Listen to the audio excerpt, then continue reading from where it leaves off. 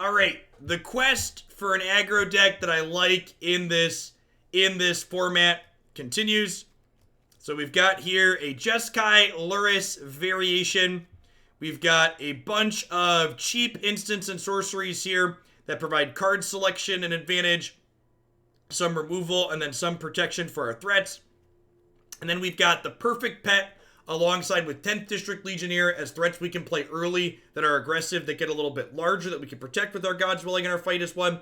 We've got some Life's Bounty here as protection for our threats. We have some Dreadhorde Arcanist to flash back these 20 spells. And then we've got Staggering Insight to generate card advantage on one of our threats also. We got our copy of Lurrus of the Dream Den here as our companion. Kind of a featherless feather deck in a way. Let's go ahead and dive on into some matches here with this one and see how it feels. So to set a low bar, it can't possibly be worse than the Abzan deck we just tried.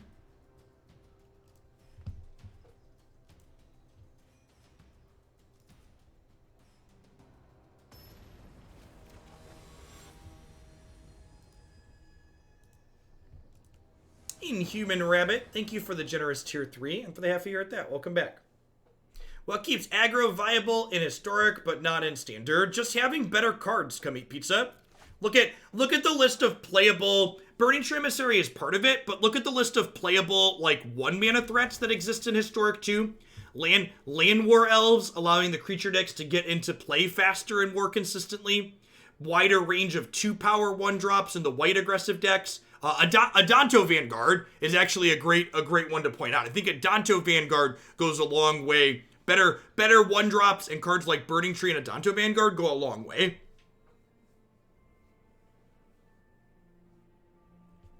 GS Thompson, thanks for the brand new tier 1 sub. Welcome to Oaklandia. Hope you're having a good one wherever you're at.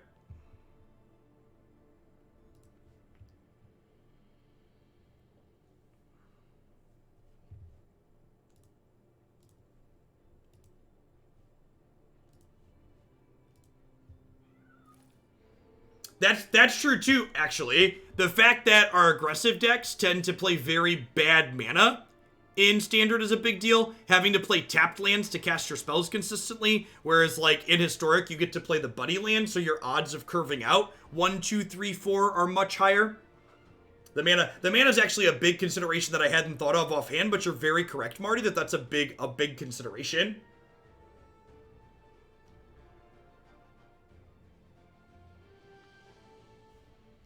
Opponent is playing the Collector here.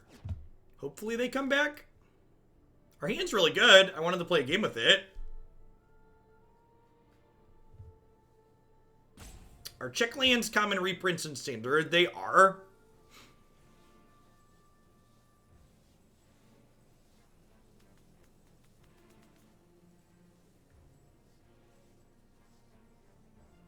Yep, yeah, I agree, Verdash. Big agree. Oh, Chain Whirler.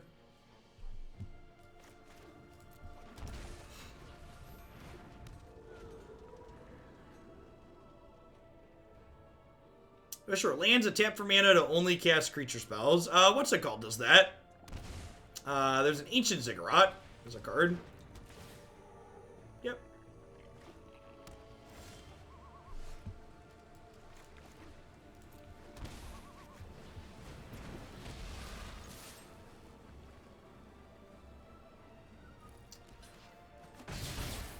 Would really like to draw an untapped land next turn so we can go Staggering Insight on the perfect pet plus hold up protection. Run! It's baby Godzilla!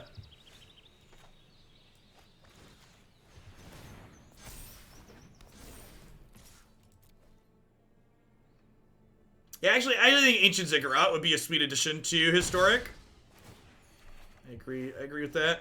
Rough. We're gonna get to that. They're gonna jump the shark here and bounce our pet now. Really? Just that? Okay, we take those here.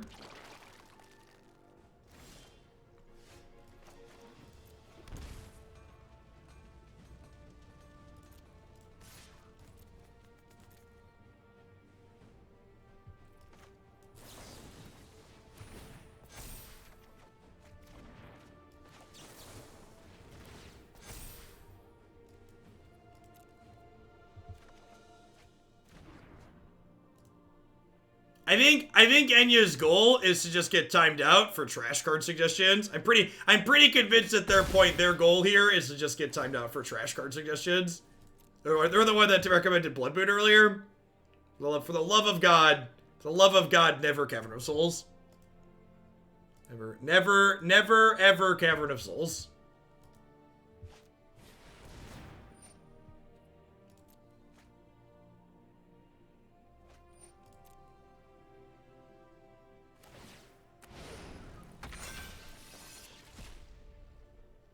Okay, so they should be dead, right? We get to give this pro green and kill them. I think Titans would be good for Historic. Primetime's a messed up card. Primetime shouldn't be legal anywhere.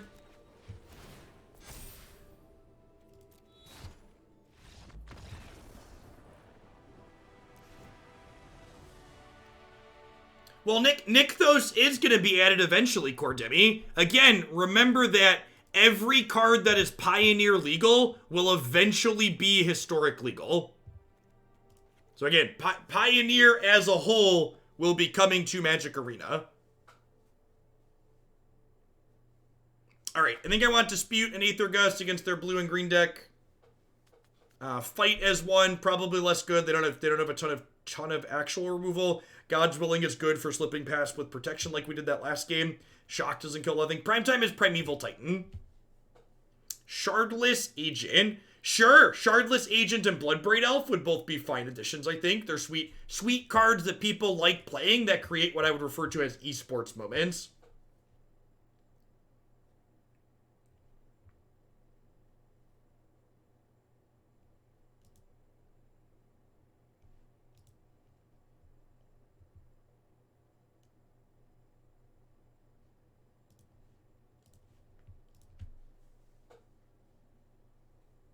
Stoneforge Mystic would be too powerful and Historic. Well, I mean, Batterskull's not legal, right? Stoneforge Mystic probably isn't even playable right now without Swords and Batterskulls.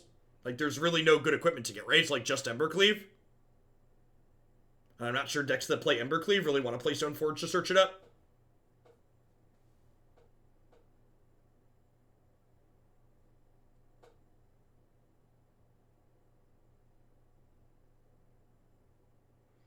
Do we get to find out what cards they added on Friday? Is that what they said? I know they said they were doing something with spoilers, but I didn't catch exactly how they're doing it.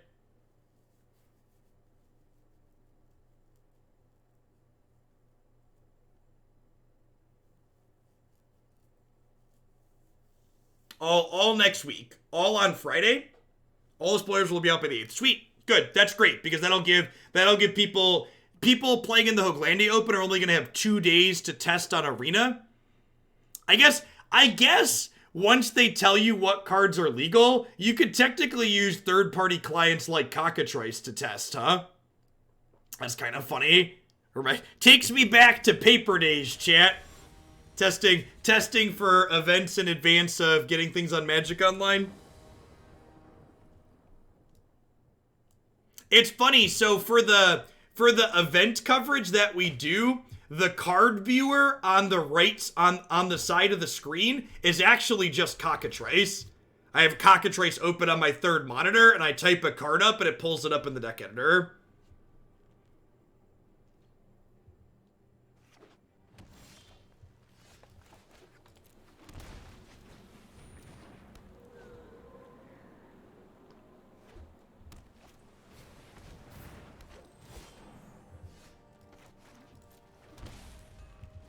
We just pass and plan to gust their collector this turn.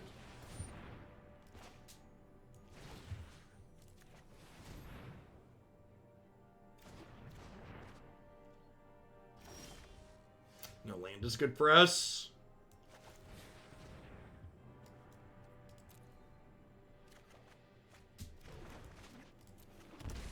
Alright.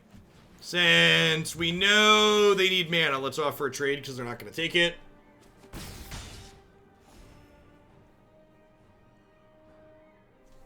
And this is a human and a non-human, right? So I can, like, fight as one next turn, which is sick.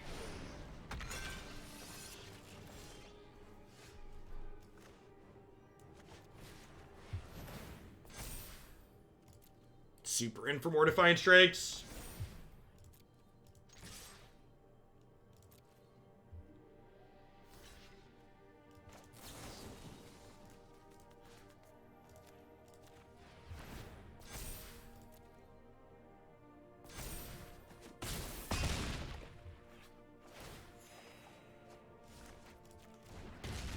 Alright.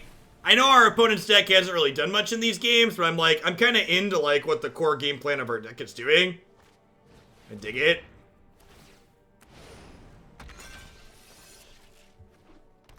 Are they dead? Pretty close to it, right?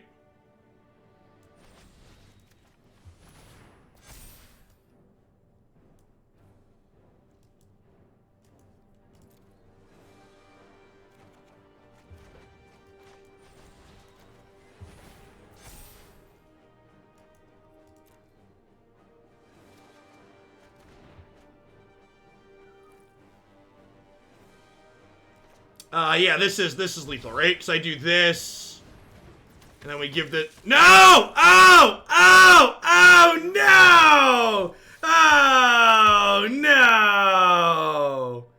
Oh, no!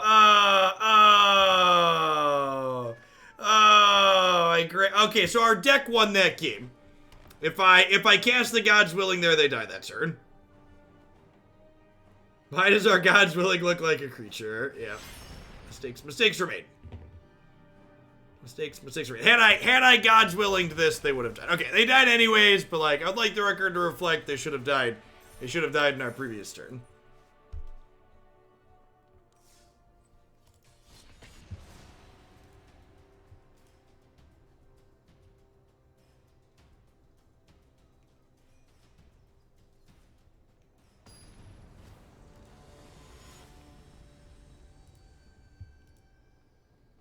Fall accidentally played the wrong card. Yeah, you know, I wanted to give him a chance, you know? See if they can catch back up.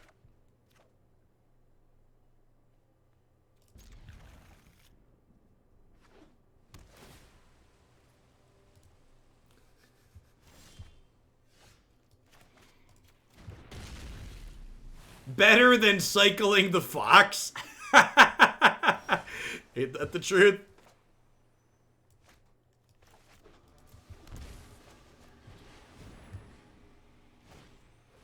Yeah, this is a Yorion deck. Let's see how we do against the greed, chat. A lot of our tricks, again, Teferi just turns off interesting magic. We can't, these cards don't do anything in the face of Teferi, right? Right on schedule. Oh, I've done the hero thing.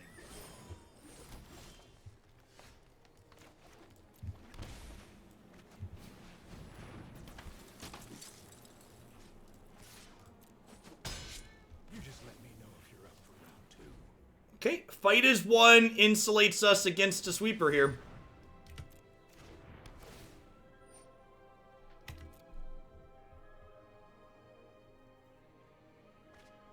Excited for the Teferi set? I am, actually. Teferi is not an inherently bad planeswalker as far as, like, a character goes. People are just so hurt by this one. It's a lot like Narset, right? Like, 4-mana Narset is in no way, shape, or form as obnoxious as 3-mana Narset, right? That's just not how it works.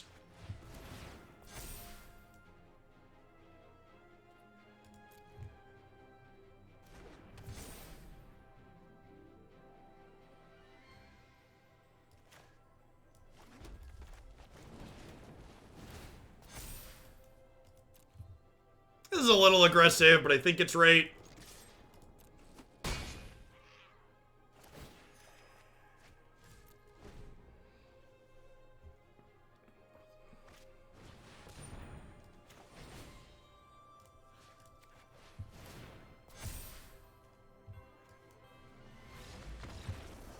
Okay. Okay, 4 copies of fight is 1, chat. Nice, nice sweeper. And then Dreadhorde Arcanist is just, like, unplayable stains against Teferi, right? So we're just, like, not into that. This card might be bad. This card, I forgot how bad this card is against Teferi. It's probably not playable. Probably not playable. Should I just have 2 main deck disputes? Is that real? I also just main deck the Robbers of the Rich, too. Main deck disputes probably not god awful.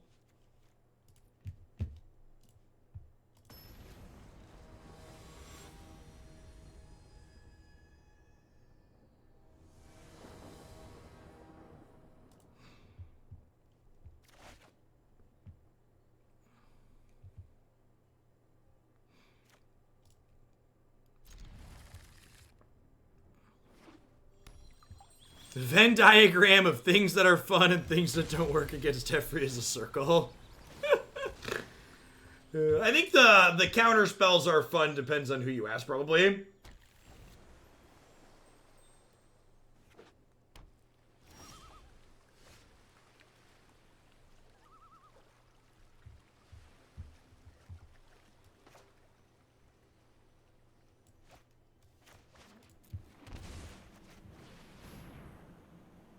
I saw Team Master Ray. Someone said that that's happened to Croakies a few times. I have been lucky enough to not experience that as of yet.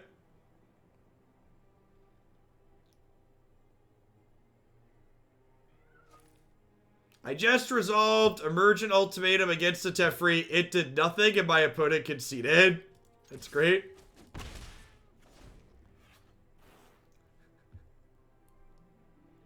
You know, Enya, I was gonna give you a sword back, but then I read your message and thought better of it. Please go to your room and think about what you did.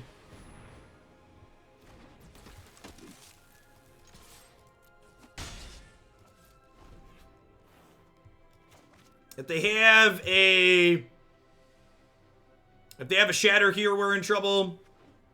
We need a true name Nemesis. Good lord. That's a recommendation.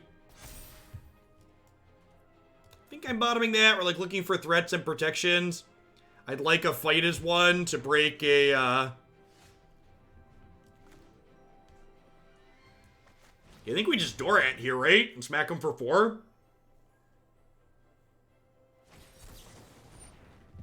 Yeah, that's fine.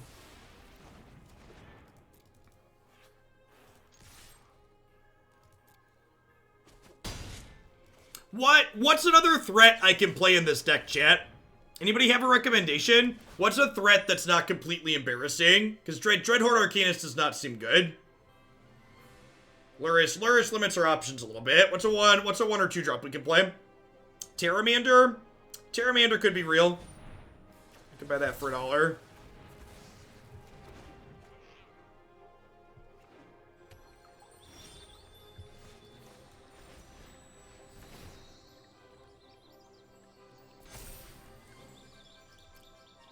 A Danto Vanguard would be perfect. Just actual Stone Cold perfects. 10 out of 10 would like to play a Danto Vanguard. Yeah, Terramander's probably too slow. What are haste creatures? Can we search like haste? What are haste creatures in my colors?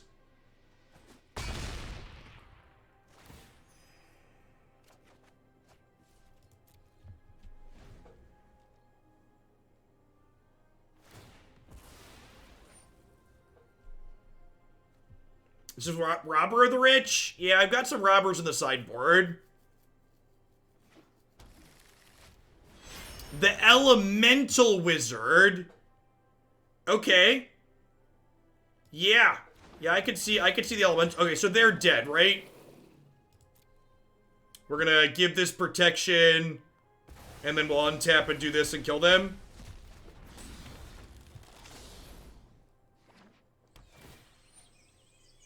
Dodger can be made unblockable. That's a good thought. So these are going to come in. They're going to target 10th District Legionnaire.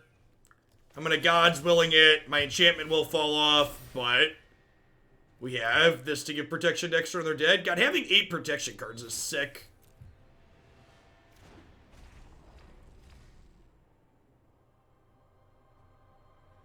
Yeah, they're at 4. They're gonna die. Because they can't block.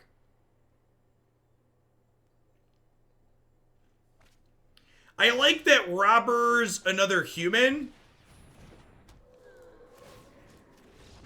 The fact that Robber's another human is nice.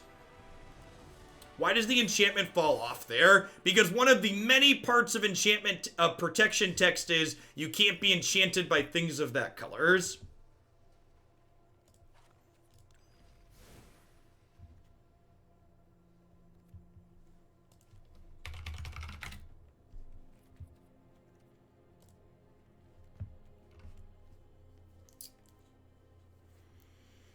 Thunderkin Awakener. That's kind of adorable. It gets back Life's Bounty, too. It gets back Life's Bounty.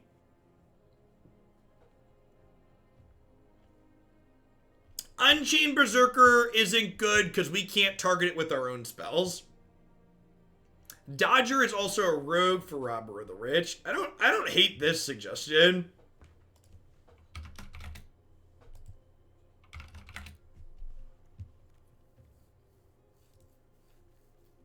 Tithe Taker. Tithe Taker is actually not awful. So, like, could be Tin Street, could be Robber. Yeah, Spectral Sailor has Flying and Flash. How many turn 1 blue sources do I have? I have 9.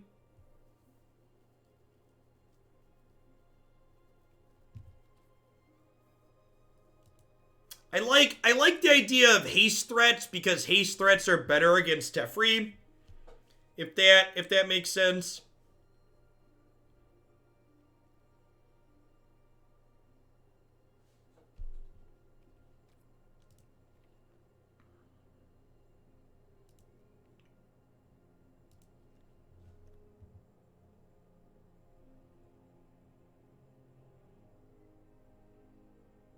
This is haste in the search box. These are the haste creatures I can play with my companion restriction. So it's like Robber. It's Robber or it's Lightning Stormkin. Or I think those are the options. Vadrak breaks our companion restriction in addition to just not being a good card. So like these are the choices.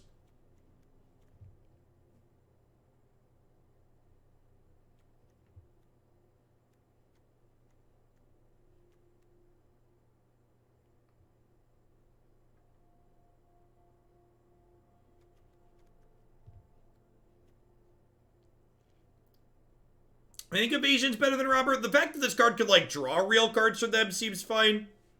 I'm just gonna try Robbers in the main. It's the closest to being a constructed playable card on its own.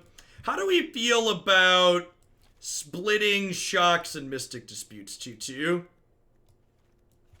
I kinda don't hate it. I kinda don't hate it. The problem with Robber is that our deck's capable of drawing cards.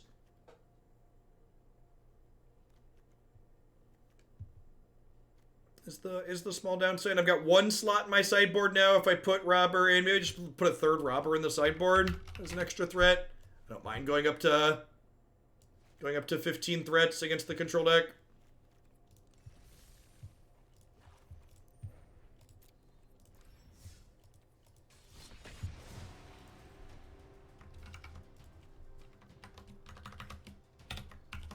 Yeah, protection from white means you can't target it with your things either. So you can't put our enchant creature on it, and we can't protect it.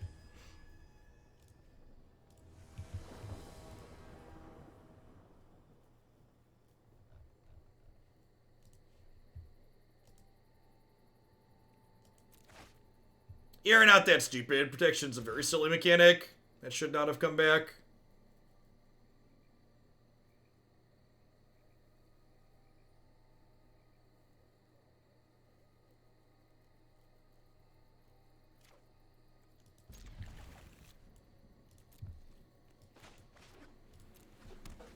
This hand's fine. Playing against another Yorion deck here. Oh, you know what? They're playing Yorion. I probably should have kept the land and bought him the shock. I need to remember to look up at their companions before I start making mulligan decisions.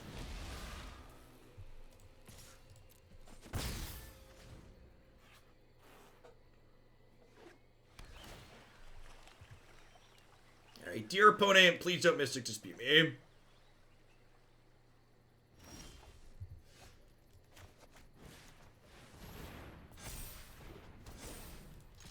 Land?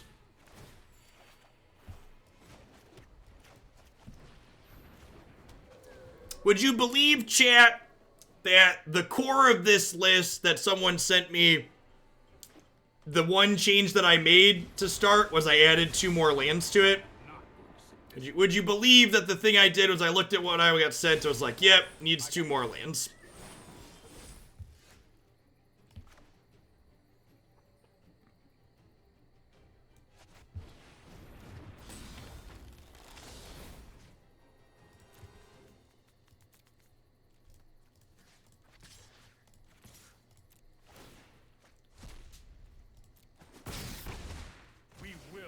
However many lands you think are enough for your deck, chat, play 1 to 2 more. You think you should be on 24, play 25 or 26. If you think you should be on 20, play 21 or 22. Especially with lands that cycle.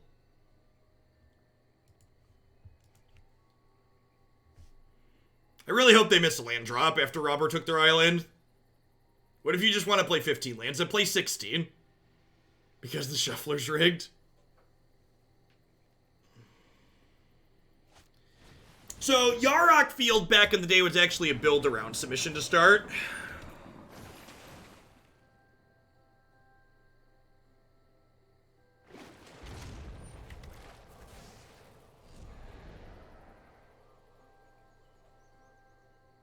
How about Ancient Tube and Historic?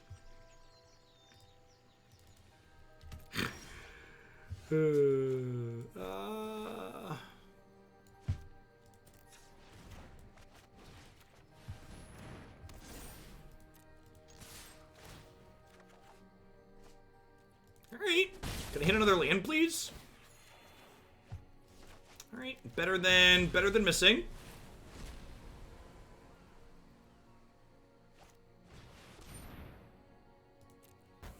Unfortunate. Could you imagine if this had been fight together there? We would have just like countered their 4-mana spell with a 1-mana spell. God bless America.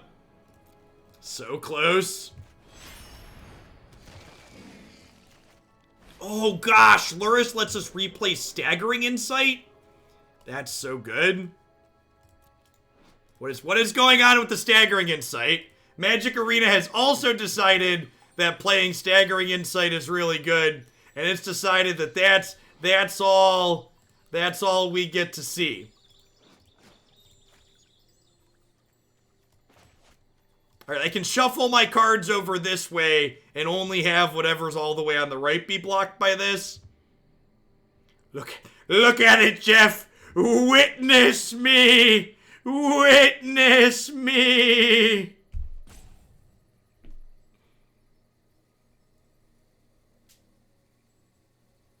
It'll go away if you still have Lurrus next turn. Please let me untap with Lurrus so my game client doesn't end up bugged.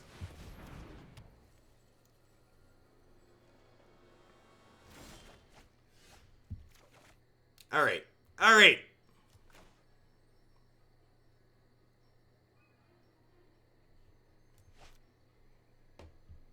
Hey, Panda, thanks for 23 months. Welcome back. Thanks for keeping me around. I think I just smacked them for as much as possible this turn, right? We just, like, perfect pet into Staggering Insight.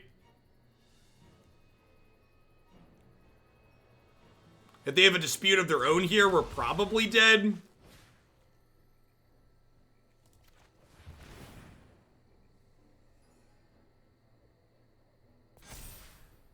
If they don't have dispute here, and we get to smack them for 7 and draw a card, especially if we draw untapped white source, we'll be in a pretty okay spot, I think, in spite of the Shark Typhoon.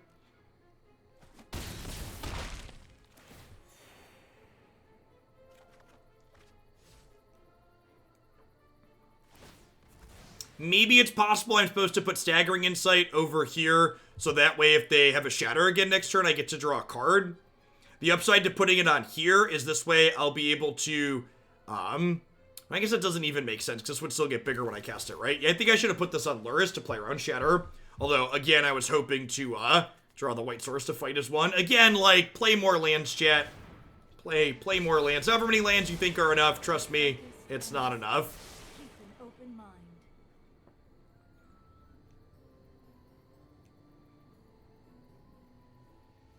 If they shatter, are they dead? If they shatter, I get to Dorat, Shock, and then one other thing. Trust me. You'll thank me later. Are they dead? Like it? I think they're dead, right? I get to shock them, fight as one, give protection from blue.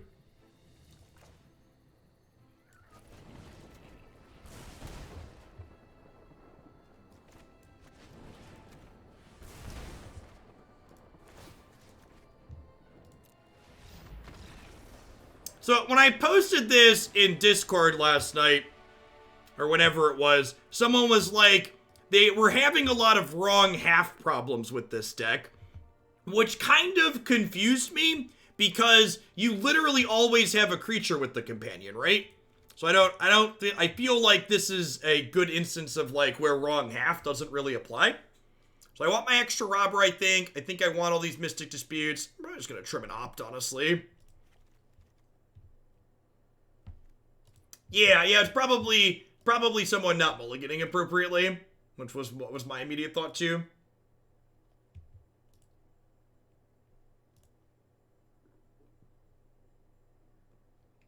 $225 people signed up for the open on the 23rd. Grr. I'm gonna be honest, I wasn't expecting to cap the historic event. I kind of thought we hit the cap because the first one was standard, but I'm pumped. I'm glad people are excited to play historic. It's definitely one of my favorite formats in Magic right now. The scene's great. We're gonna bottom... What are we bottoming? Is it Legionnaire? We're definitely keeping... We're on a mulligan, but we're on the draw. It's probably Robber, because we're on... They mulligan too.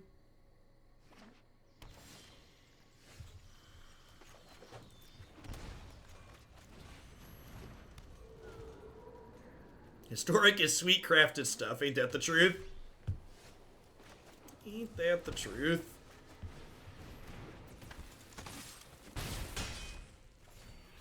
Had to work on the open weekend, so I asked a coworker to swap weekends, and I'm playing. Congrats, Hedgehog. Glad to have you. Sure.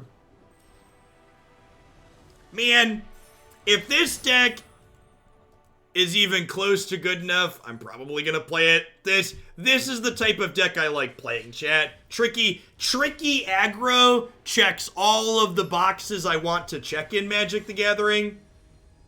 Tricky aggro is everything I want to do with my life. It is everything I want to be doing. So I might pull a slightly disorganized streamer thing, and I think I'm not gonna play Temur Mutate after this.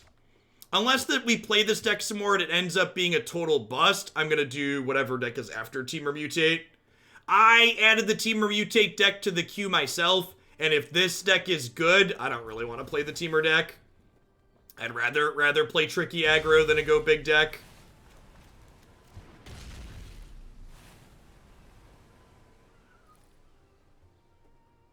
Yeah, it's Tricky Aggro with some card advantage. This deck on the website is our first time playing it. You can type !deck in chat to get a link.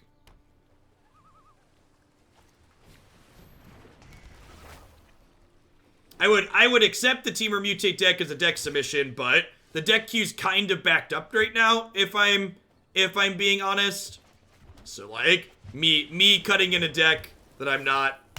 I added the Temur Mutate deck and this one because I thought one of the two would be one I'd like to play. What is the deck after? Whatever has the points after it. The deck queue confuses you. Spreadsheets are hard. So after Teamer Mutate is Sultai Ooze in Standard. Has the most points. I guess 4-color Gyruda has the same number of points, but I have Sultai Ooze prepped already.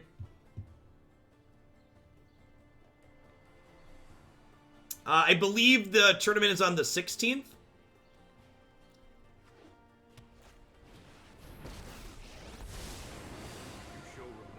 Yeah, I think there'd still be plenty of complaints, Peel. I think people just hate change. Looks like probably that Jeskai Luca deck.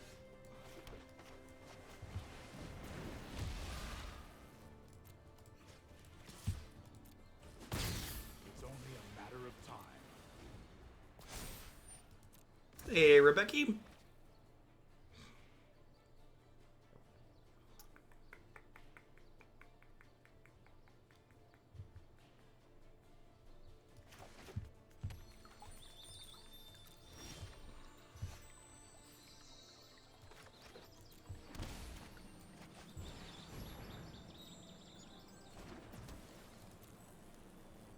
Our Flying Haster is good against Teferi. Calling it good against Teferi is a little bit of a stretch, because, like, what's the word that I'm searching for? It does get bounced.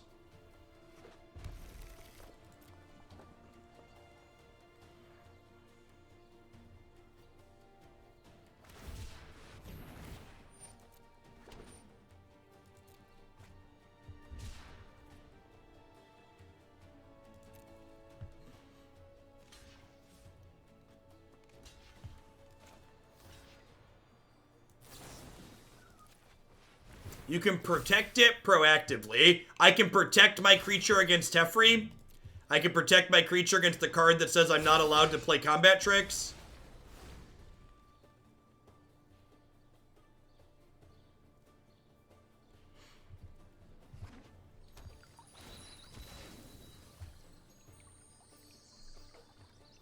So we're going to Agent of Treachery us this turn.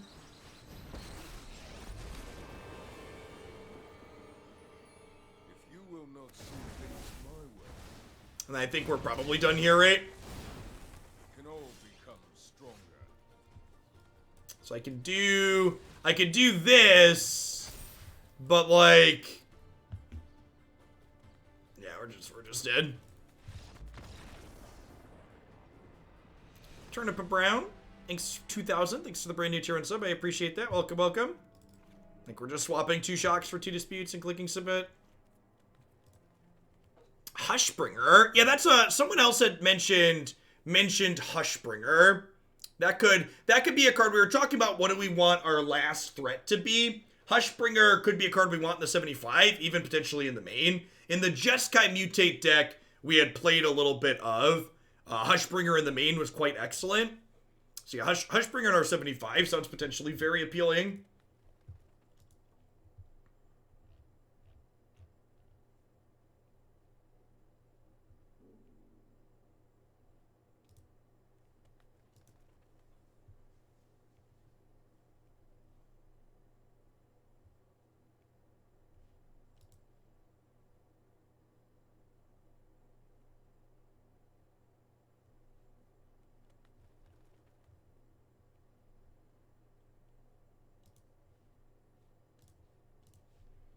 Hey, Python, thanks for the 33 months. I appreciate that. Welcome back.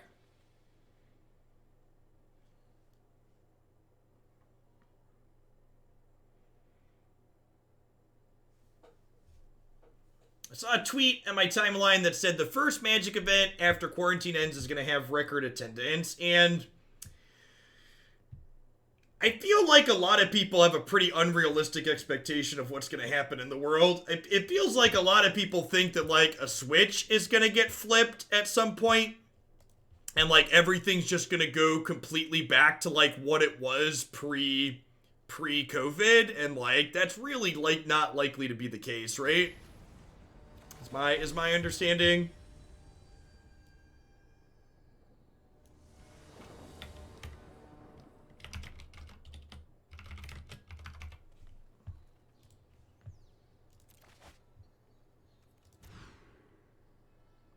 Yeah, there will be a new normal, is a good way to describe it.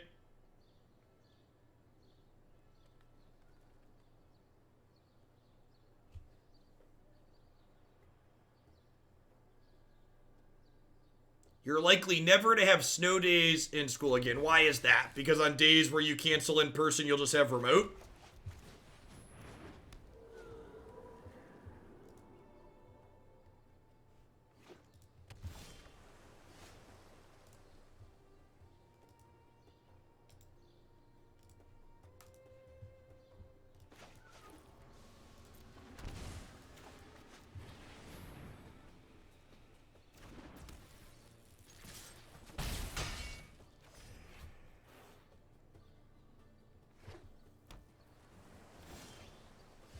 Canada banned assault rifles. It makes me genuinely embarrassed to be a United States citizen when I see what other countries are able to do with regards to things like that when they have a tragedy happen in their country. It's just like one event in New Zealand or Canada happens and they immediately move and take meaningful action. Whereas like it's every other Tuesday in the United States. And just like nothing changes because of the NRA and Republicans.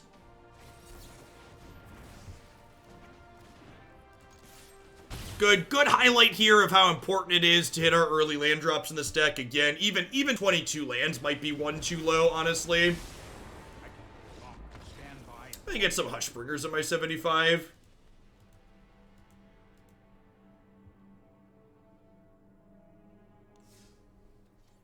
No, the Second Amendment. I'd like the record to reflect that the Second Amendment does not specify what you have the right to bear arms with.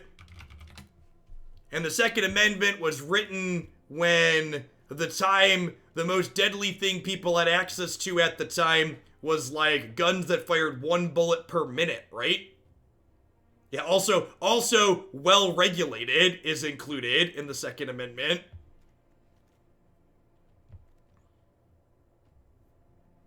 Yep.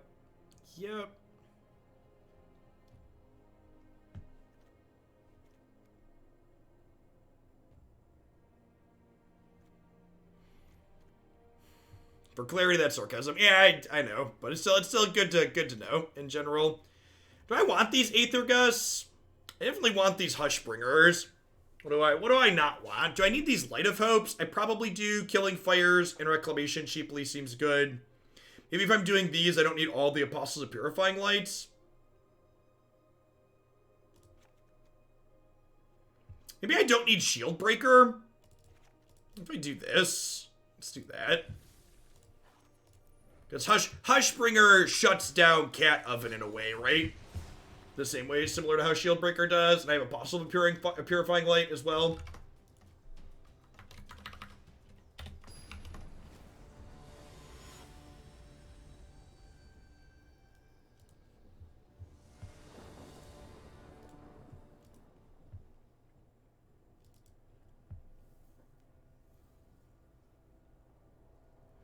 If I need to use my assault rifle with bump stock to protect myself from an intruder.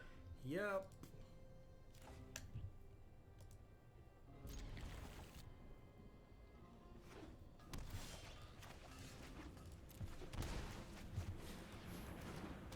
Final Serenity. Thanks for the brand new tier 1 sub. Welcome to Oglandia. Kruga here, so we're going to get to test our Fires matchup most likely. I'm probably supposed to pump the brakes and take it slow here, right? I think I'm supposed to drop this into play and then attack for 1. Because I have the fight as 1 to play around to Clarion.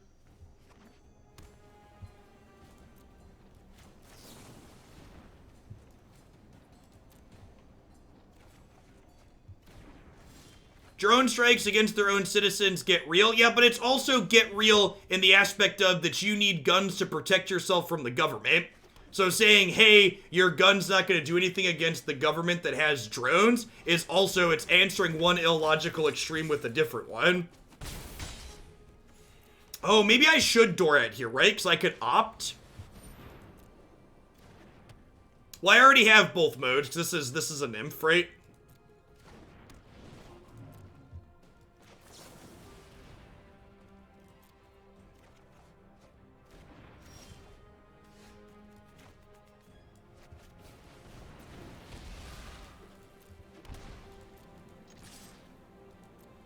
Hey, Omega King Koopa, thanks for the 6 months. I appreciate that. Welcome back. Thanks for keeping me around.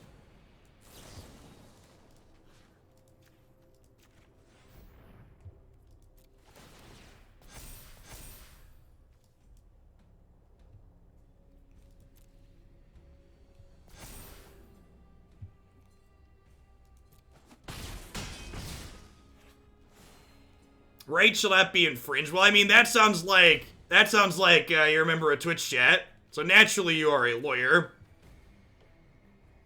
The Constitution's also a living document, so it should be changed and amended as we grow as a society. Just to make my position abundantly clear, so there's no confusion. If you think you personally need an semi-automatic assault rifle, they're technically not automatic, you are a fucking idiot who needs to pound sand and leave my channel. We're dead here, right? This is 9. This is 17. Just so my position is abundantly clear. If you think you need that, you're not welcome here because you make the world that my children and I live in unsafe.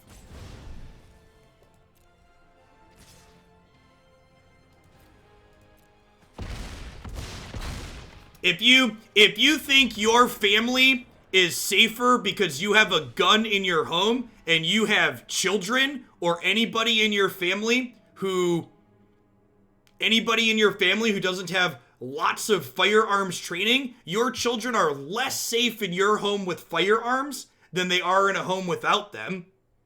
Because the odds of your children, the odds of someone both breaking into your home and you stopping that break-in with your firearm are lower than the odds of one of your family members getting injured with the firearm that you brought into your home.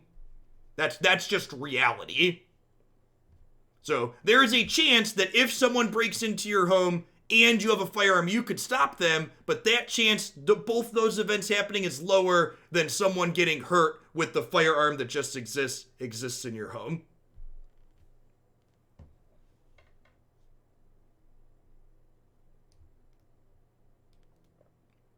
Do I want Hushbringer in this matchup? I probably do, right? This is probably a card that I want. Do I want Aethergust in this matchup? How interactive do I want to be is a real question. I feel like Staggering Insight's probably not very good against their Teferi Sweeper deck. Do I want this? And like, this is where, like, I probably should have sat down and like thought about our sideboarding a little bit outside of the game. So like, I feel like I have so many cards that could come in here, and I don't know exactly which ones I want, which ones I don't. Leave a couple of Staggering Insights. Let's board in a bunch of interaction here and see which ones feel good. Yes, there's also a chance you might provide the intruder with the gun. That is correct.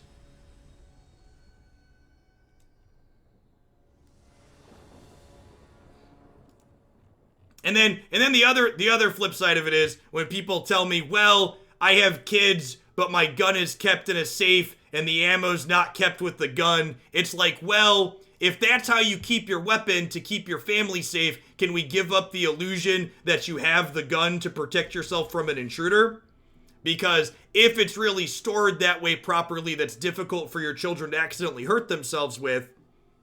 The only people I respect in the gun argument, the gun discussion, are the people who are like, I like my guns and I like to hunt as a sport and the guns make me feel happy and I like shooting my guns. Because at least those people are being intellectually honest. At least those people aren't lying to themselves and they're not lying to me. If you like your gun and you like shooting on a range and whatever, like more power to you, that's at least being realistic. But the whole I keep my gun in a safe way and my kids are fine from it, that's just like patently incorrect. It's not reality. All right, can I put a 1/1 counter on target creature? So I can play Dorat here because Light of Hope will make this survive Deafening Clarion. So I'm gonna play my extra threat out because I'm not playing into Clarion. Correct, yeah, and the other part of the bad faith gun argument that a lot of people don't understand is that, like, you don't have to confiscate every gun in the United States to have better laws and regulations, right?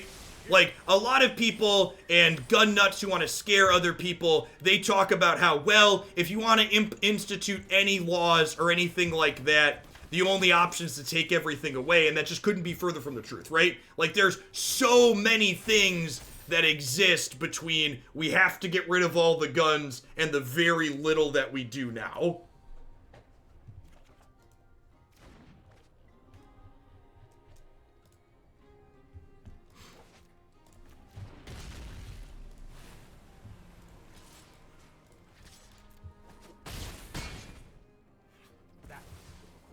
Alright, if they have a Shatter here... Oh, I guess we don't get to draw a card for a short one. Okay, so now if we get Clarion, we're actually in a little bit of trouble. Although I guess I have follow-up threat, so it's not that bad.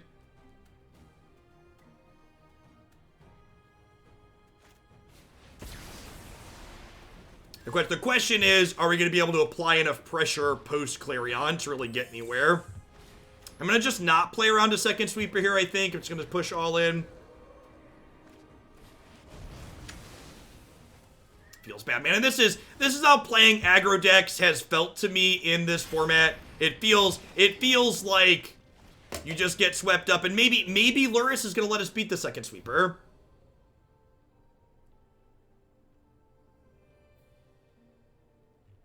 Yeah, my biggest lazy when people say, all right, Jeff, pretend you're an expert and what would you do with firearms in the United States? It's so simple to just be like, well, every law that we apply to cars, apply those laws to firearms too. You need a license to have it. You need a license to shoot it.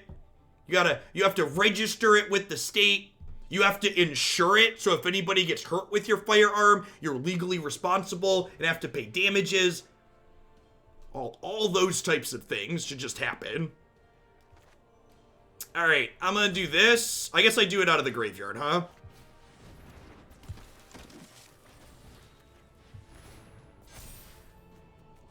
God's willing. Yeah, I think I'm in for that.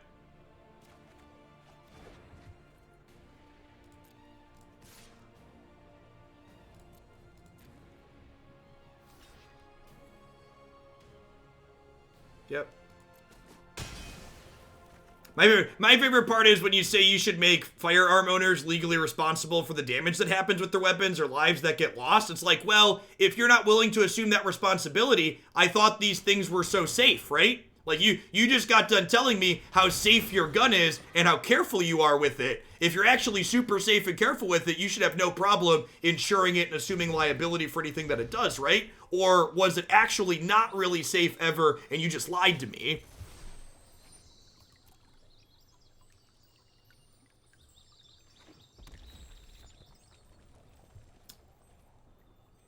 I was raised around guns because I was a farmer. My dad told me that the gun was to defend our animals and crops from nuisances, and that the gun was not a self-defense tool because you're more likely to hurt a loved one than an intruder with a firearm. Yeah, you are. Sounds like your dad was a very smart individual that understood how the world actually worked.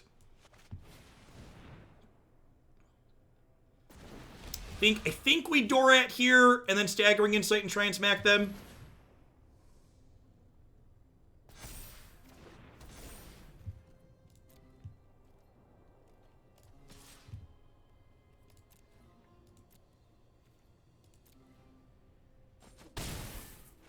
Have some blockers here. Lurrus actually looking incredibly impressive here, right? Remember, we got swept twice this game. They Clarioned and Storm's Wrath us, and we are still super in it. I'm known for my excellent timing.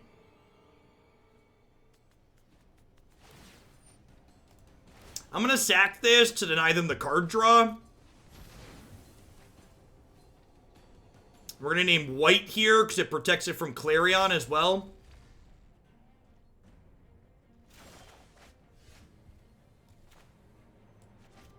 Get to recast this from the graveyard.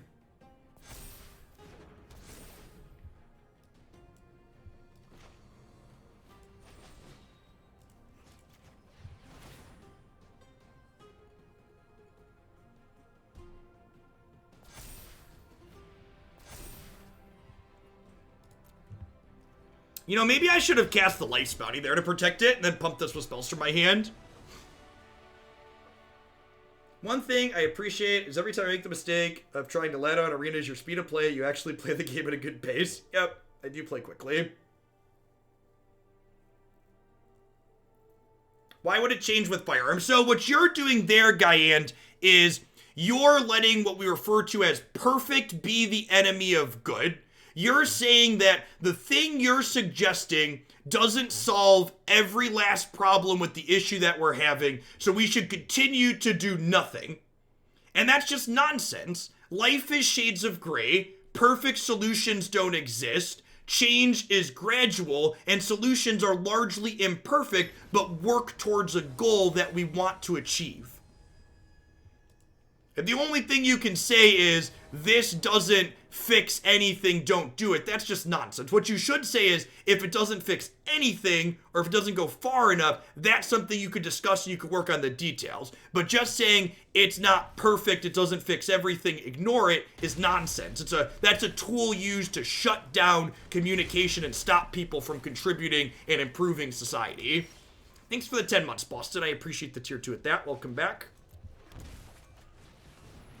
Yeah, some people will break laws, so why do we have laws is silly, right? That's basically what you're saying. You're saying the laws don't always work, we shouldn't have laws.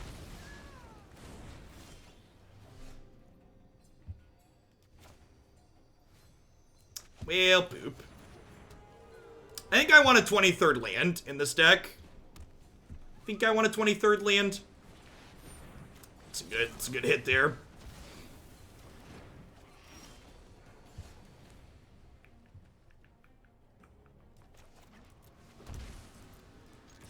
I did add 2 lands. The original deck that I was sent had 20. Lurrus really changes the dynamic, right? Because, like, Lurrus means you always have, like, a 3, 4, 5 drop, kind of. Yeah, maybe, Seth. I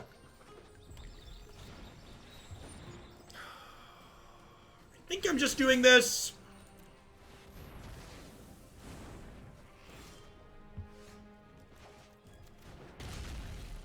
Am I intending to play the Red Bull tournament? No, the Red Bull tournament's gonna be like 13 rounds. It's insane.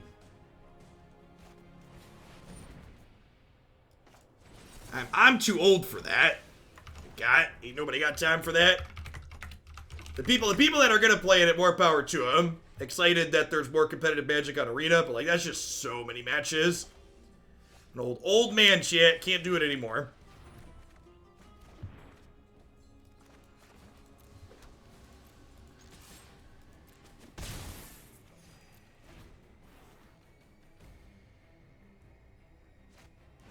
If someone wants to kill people, they're gonna find a way to do it regardless. That's fun. What you're spreading there is fear, uncertainty, and doubt. That's a very common talking point for saying you shouldn't do anything about firearms and it's not a big deal, and that's not welcome in my channel. Saying that people are gonna kill people regardless is true. That's true. So what you're saying is true. But what you're also ignoring is the fact that the mass shootings that happen regularly in the United States literally don't happen in any other country. You want to say it's easy to make a bomb? Go out there and try and buy the things to make a homemade bomb. See how difficult it is and how hard it is to actually execute. Like, it's a bad faith comparison. Oh gosh, I forgot I could do this too. I forgot this was in my bin because we were talking. Yikes.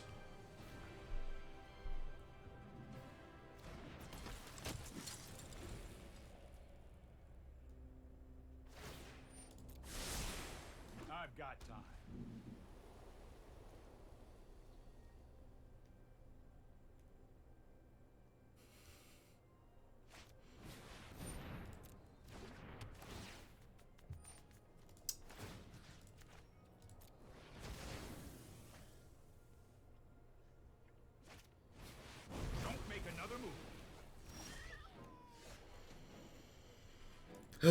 Jeffrey.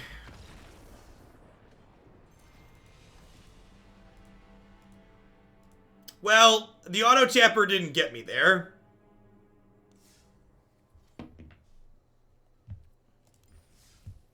Teferi sucks, and Teferi sucks the fun out of everything I would like to do in Magic. I think I want another land.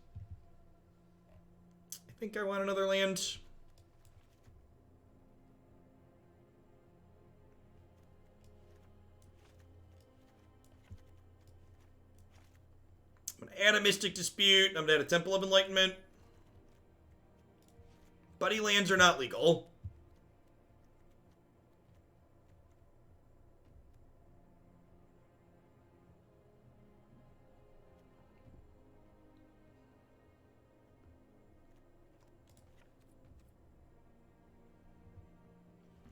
It could be right to cut Ops too. Oh, I guess Opt is pretty good with Dorat. It's like fine, helps me find my threats. Let's leave the Ops in for now.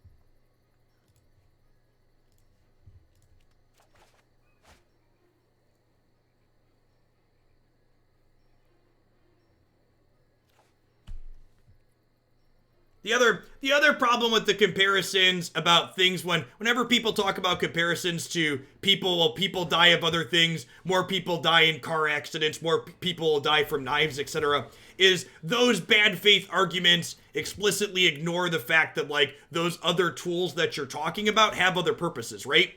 Like, guns have one express purpose, which is to shoot things.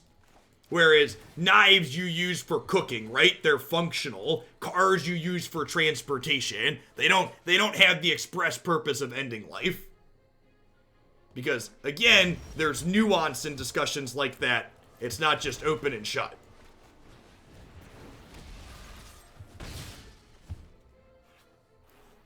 Sultai Yorion could be banned with a Triome too. I've seen the Bant decks playing some of these Triomes just to cycle in the late game.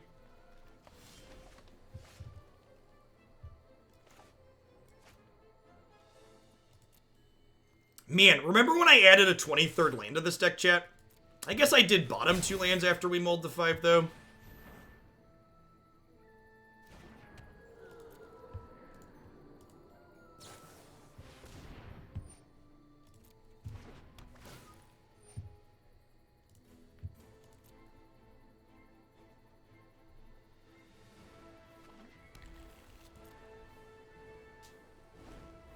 Yep, looks like Bant Splash Triome. Hopefully they play Yorion here. So we're dead. I guess next turn I can Defiant Strike, God's Willing. It's not gonna be enough.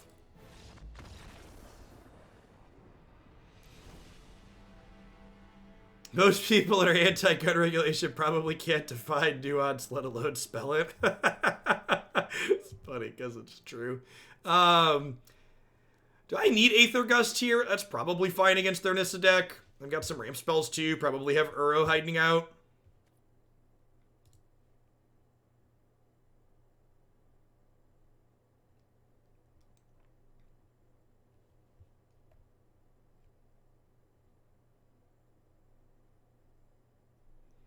I didn't boil down guns to they shoot things, Sticks. I boiled down guns to their explicit practical purpose is ending life.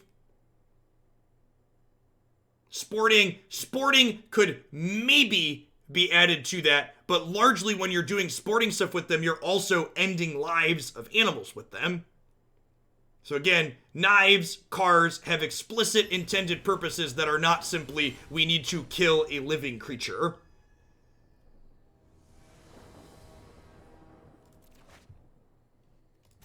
Is the nuance of that discussion.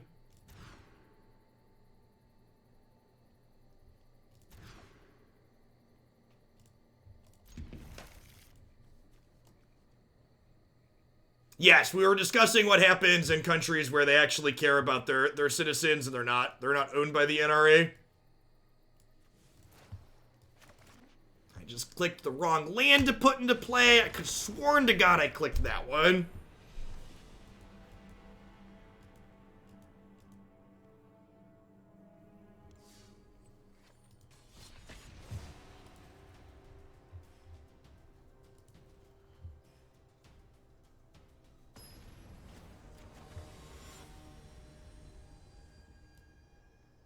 gonna be done after this deck. I'm gonna play one or two more to see if we can get a feel for this, but the viewer count's low. It's a nice day outside. I'm gonna go play with my kids.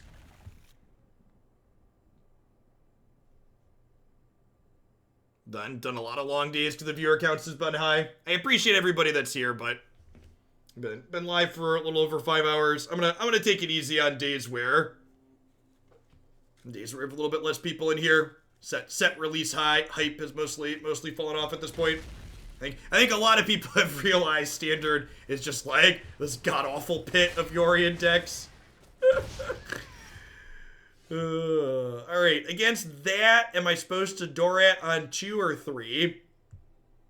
I probably want to wait to protect it, right? Perfect. That's actually phenomenal.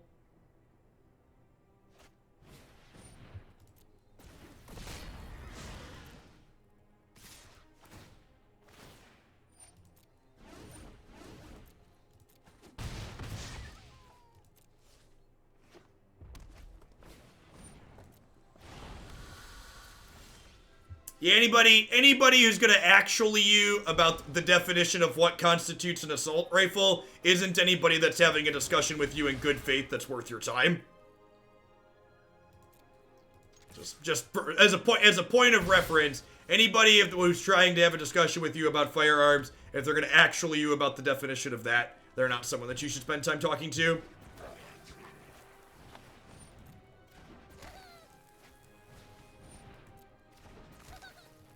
Okay. Yep, that happened.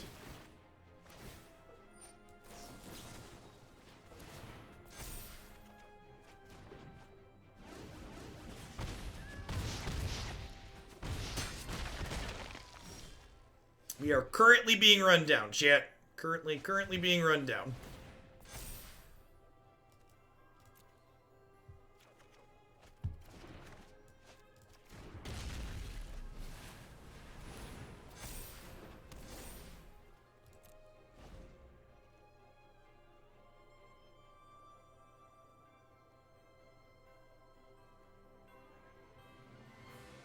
Oops, all one drops, right?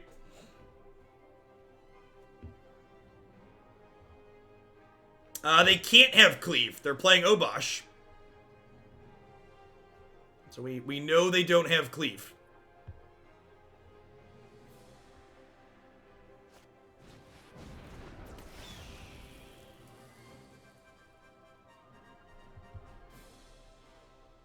I don't know if we're dead here or not. We're at 9. We're at a virtual 9. Most of these attack for 2. We're exactly dead. That's so frustrating. Oh, Standard's been rough, chat. Standard's been rough. Worth noting that had my main deck Mystical Disputes there been Shocks, I'd have won that, right? Like had I had Shock, we would have been not near, like we would have been able to kill one of their things. We would have been up like 6 points of life that game, 6-7 points of life. Would have been a big deal. I guess I probably want these Aether Ghosts. What am I cutting here though?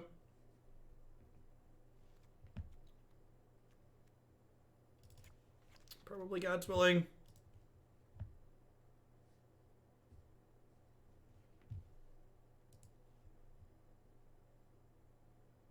I agree. I don't think it's correct to play the Shocks the main based on a lot of the decks that we played against, but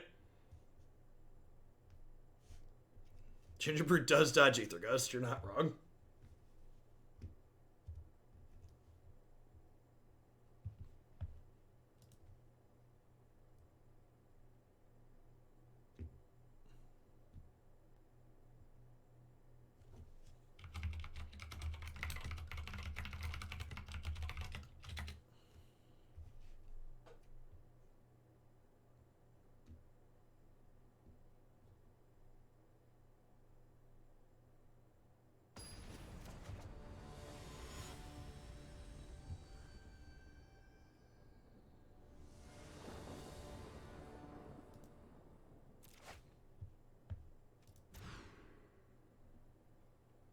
Okay. We'll bottom door it here.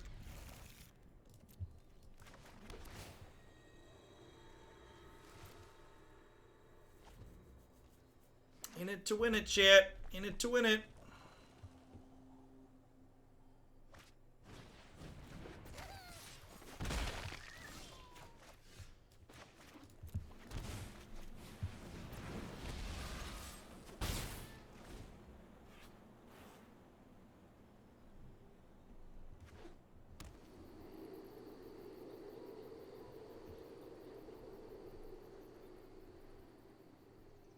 They have a stomp or a shock here. They can kill this.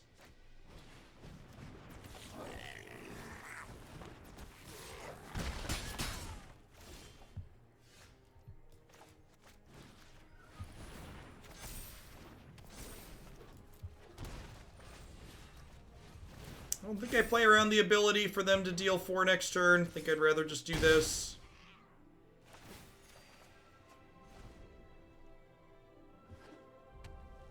I don't think Tail's End is very good. A lot of these companion decks have a lot of Tefris in them, so like trying to be reactive with stuff like that is tough.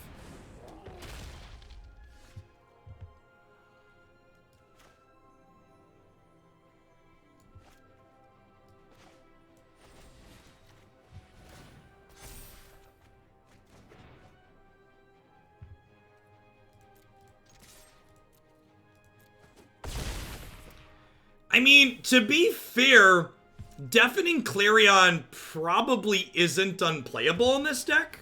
Because, like, our perfect pets and our Legionnaires, like, grow out of range of it fairly quickly, right? Like, I don't actually think it's completely unreasonable to, like, consider that as a card if we, like, played matchups like this and felt that they were too hard.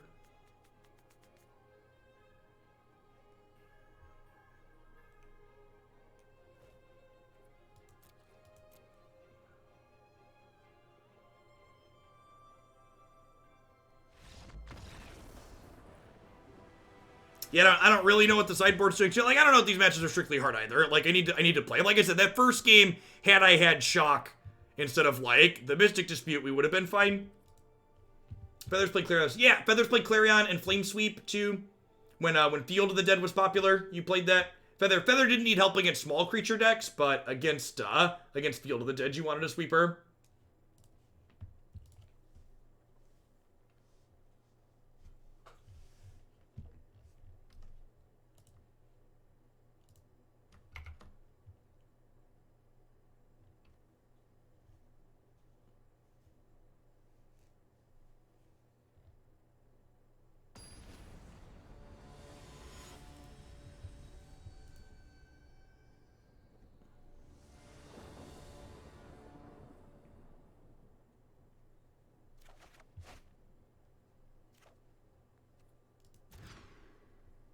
We've definitely been feeling our mana so far in our 3-color aggro deck. Both in terms of, like, mulligans because we're missing colors, but then also because of, mulligans when we're missing colors, and then also taking shock damage.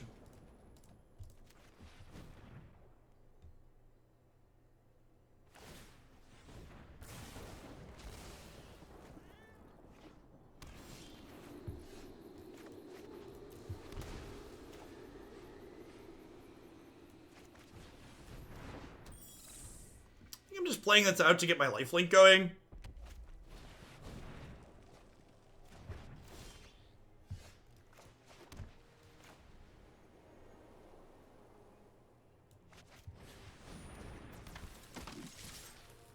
It's kind of a scary card. Seen some of the mono black Obosh lists playing this too. And like Ramshu into Obosh on turn 4, but then like they also just like have a lot of creatures that go wide, so it's like reasonable. Maybe I should have just played Life's Bounty out, not been scared of a removal spell.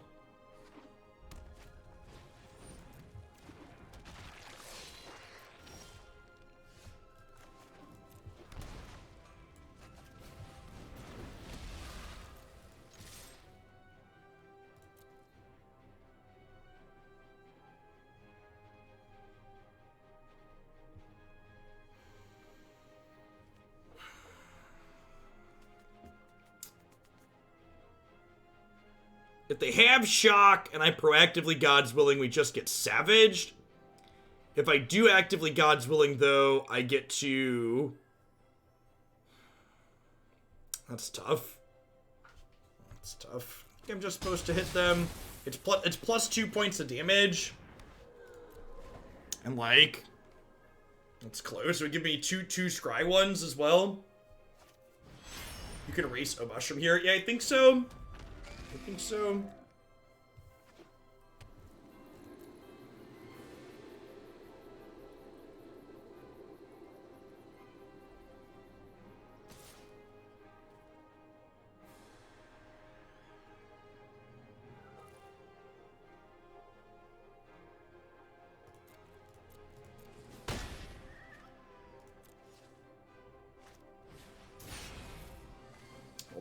That went poorly.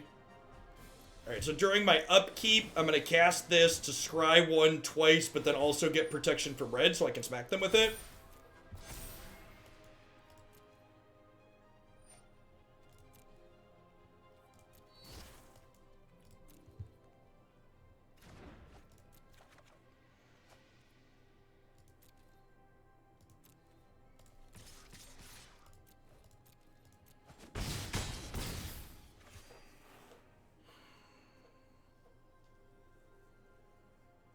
I think I just Lurrus here, right?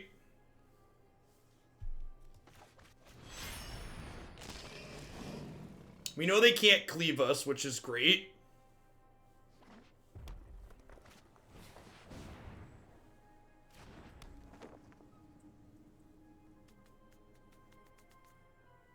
Afternoon, Mari.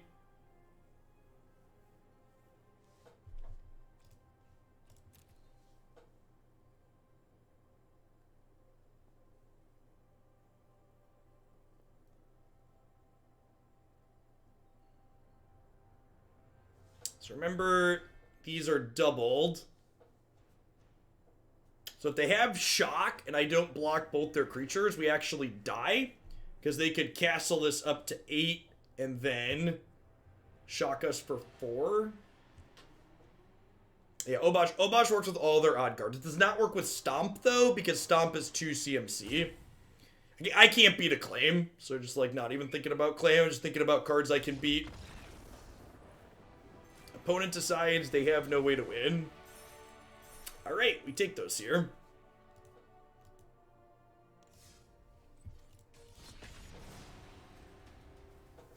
Those we take. Let's try one more. I like this deck. It's frustrating when Teferi's in play, like most decks, but we have some haste creatures to run Teferi down, and we have Mystic Dispute to counter him, and we've got the 1-mana white card that gives indestructible to 2 things. That's decent against sweepers. Or the mana is the one big thing. The mana's been a little rough. Maybe I'm not supposed to keep this against turn 1 Lurrus. Or against Lurrus heads up.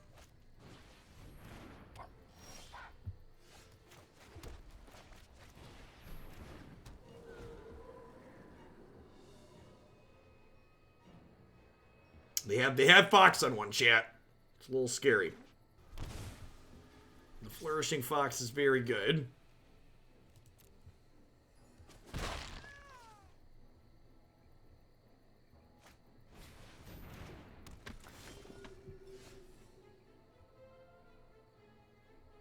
I should have mulligans. I'm just gonna go to this board game. This deck is not very good if you don't like mulliganing, chat. I would recommend mulliganing more. You'll win more games of Magic.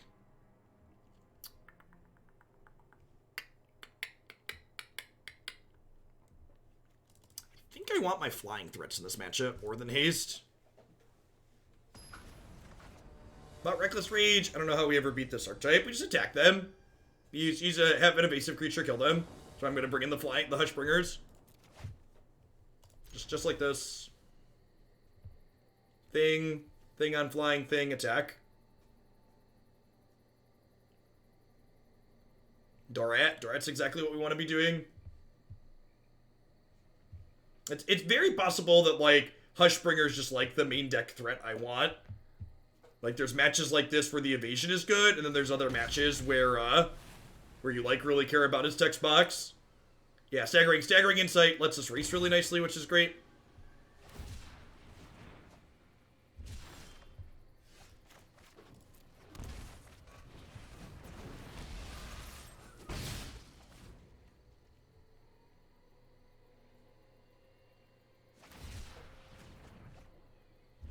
Opponent keeping a hand that's much worse than their last game hand.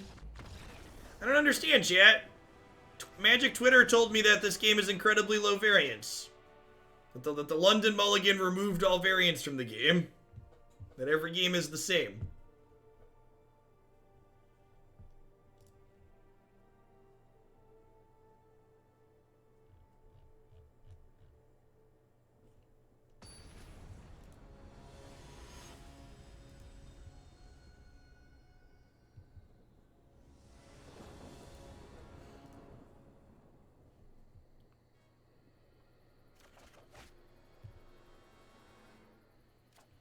I actually agree with that. I agree that Arena does not do a good job of throwing their companion in your face to start. And there's definitely, well, you should be paying more attention response you could have to that, but I think at the end of the day, that Arena should make things easy and convenient.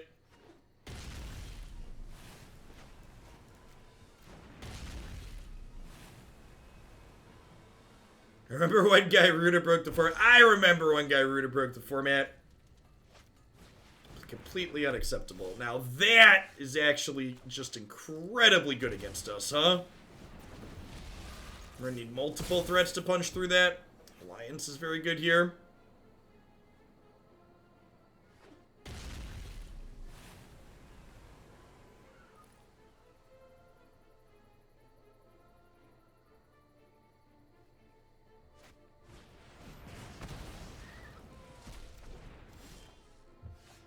Speaking of things that are very good.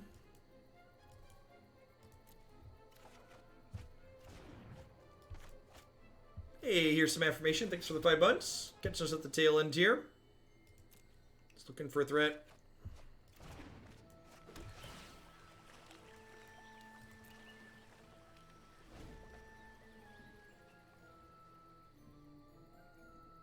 The companion, in my opinion, that's removed variance is ironically Yori. Can you tell me why you feel Yorian's the one that's removed the most variance? What about that one?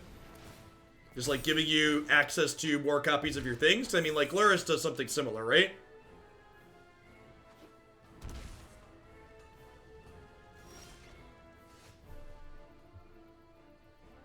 Feel pretty dead. Let's try one more.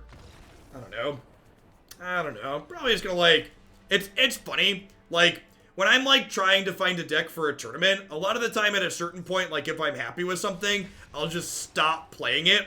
Because Magic has enough variance in it that it feels like, I feel like if you play any deck enough, on average, you're gonna start to hate it. Because you'll just like hit enough of your low points that they're gonna sour you. Like this, right? Like we added 3 lands and just constant 1 and no land hands. It's real rough.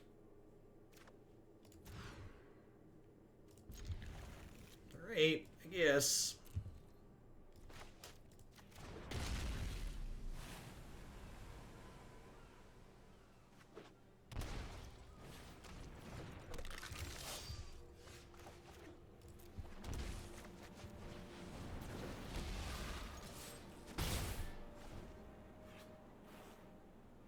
Jeff is over here describing why I played 2 bad deck for Hoots. Yep.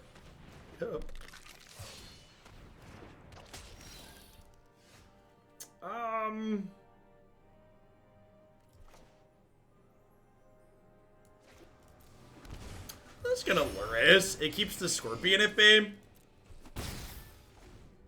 And start gaining a little bit of life.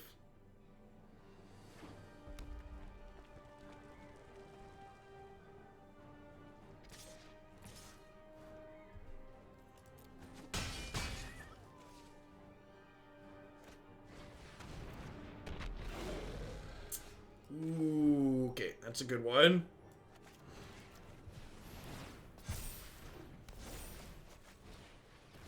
Staggering Insight, Flying Threat. Feels like a very good 1-2 in these creature matchups, that's for sure.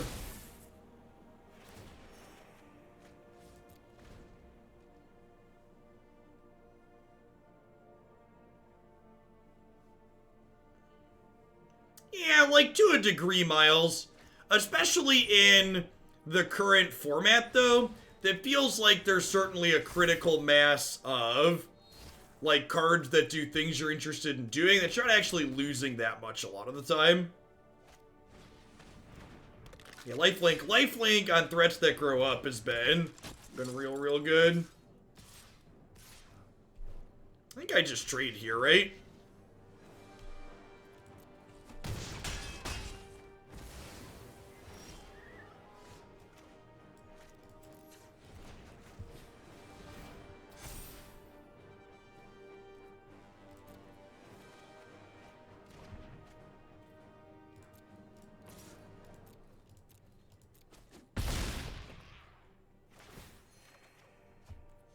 Okay.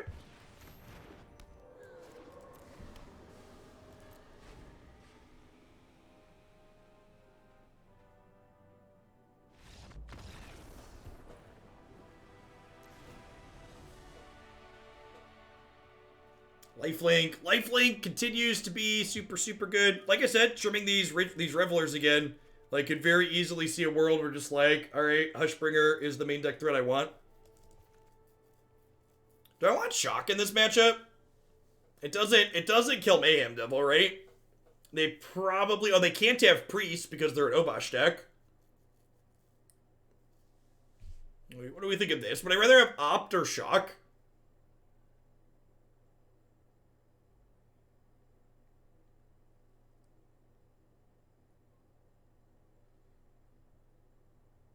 I think I'd rather have the Ops, yeah. Wouldn't it be better to block the Mayhem Devil to protect from Red Flyer? My creature was tapped because it attacked the previous turn.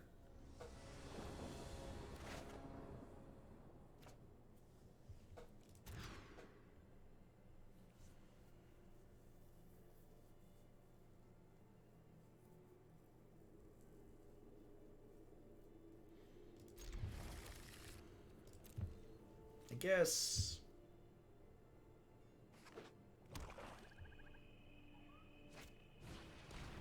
Yeah, not even just information, but like, the deck building restraint associated with them is very real, right?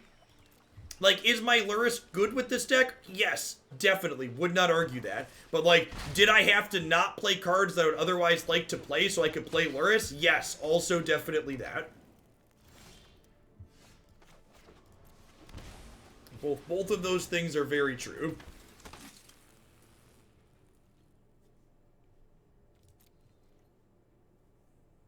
It does not. Yeah, the lifelink enchantment is all upside.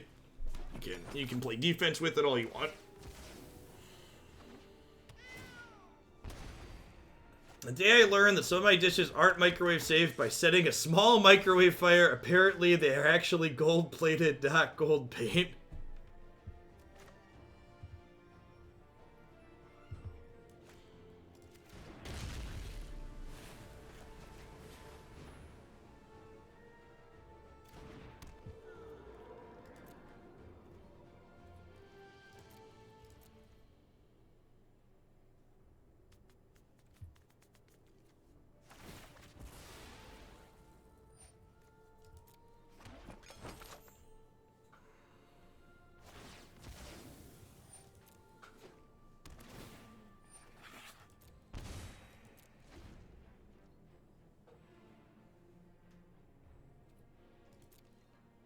Yes, you get Lurrus every game, you don't get Feather in a game. I agree. I agree.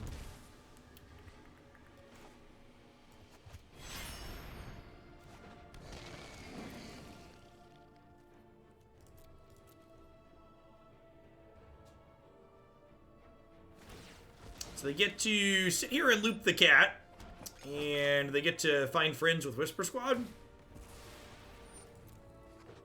Lurrus plus Life's Bounty is a sweet one, too.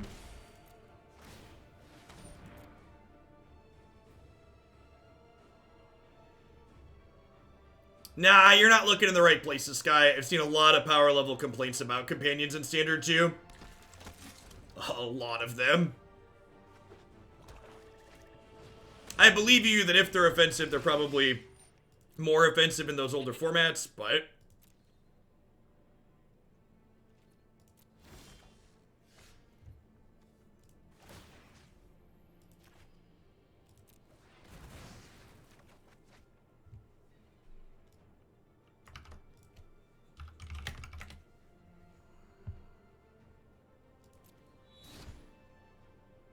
Am I even supposed to do that? I'm probably not even supposed to do that, huh?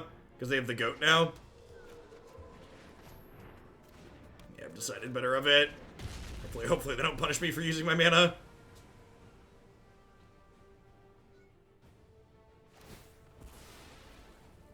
Really need a flyer here?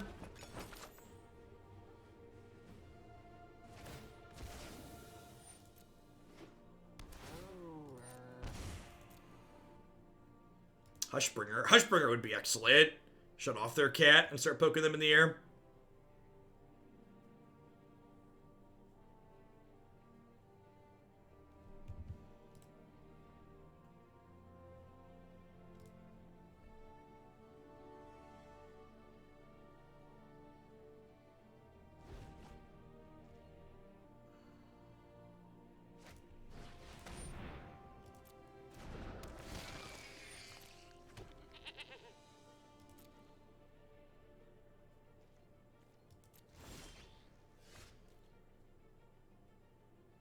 Are we getting a sand pit for the children? Yeah, I think so.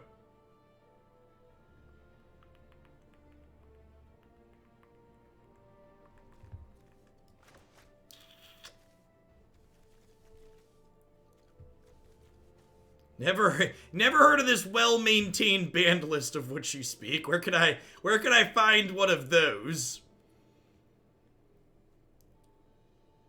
I think I'm just supposed to pass, right?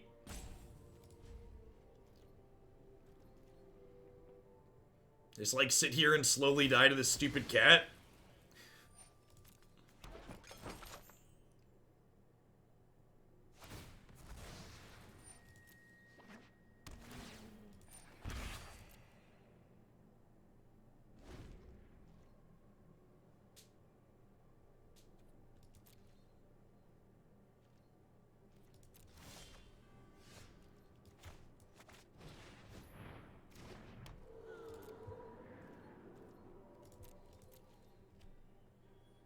Is it worth getting a double scry? Maybe? Yeah, maybe we're getting to that point.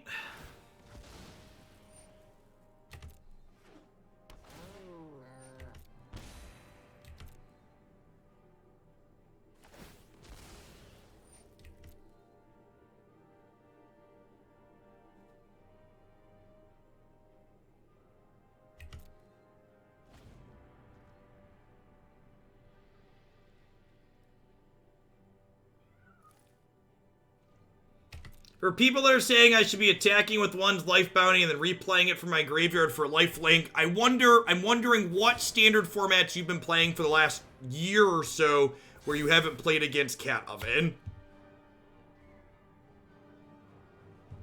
For the love of God.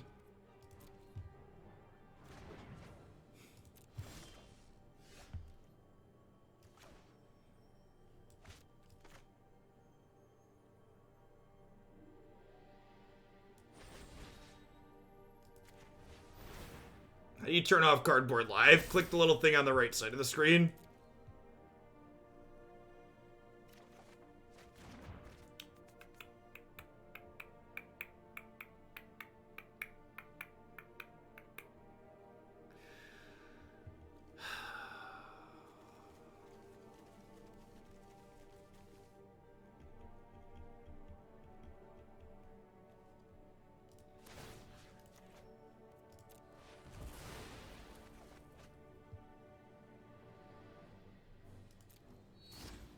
Okay, so if we do this, and we smack with this, I guess maybe they just don't block. I say hopefully they block with the goat, and then they sack it, and then next turn we can run back this pro-black line with Staggering Insight on it and actually gain some life.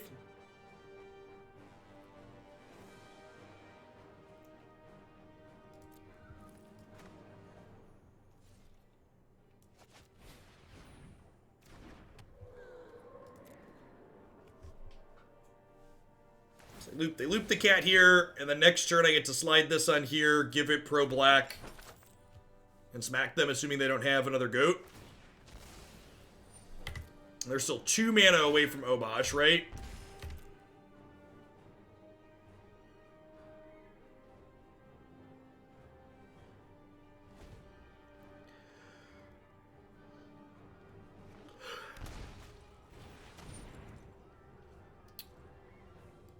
So, we're dead.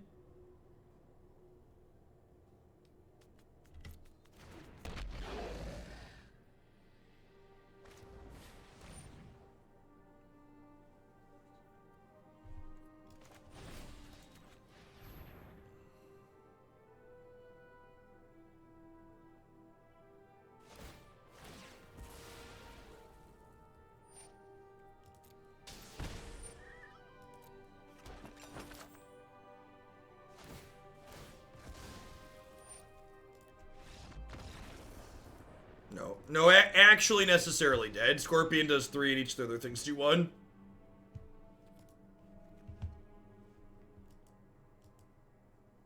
I mean, you can play Historic whenever you want. There's a 1,000 gold entry fee Historic cube. Yeah, Woe Strider lets them sack their board there, chat. The Mayhem Devil just kills us. They're just waiting on the red source for a little while.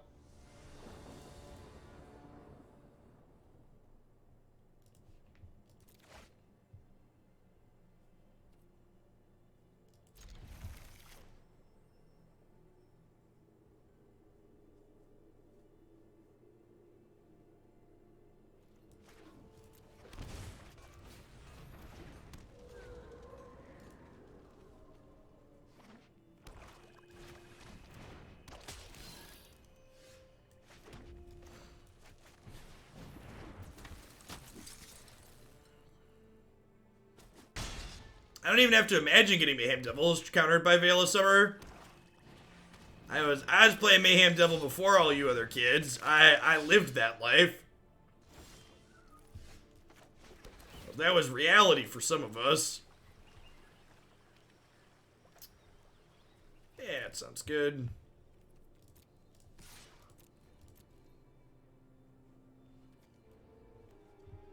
Does this card seem good here, chat?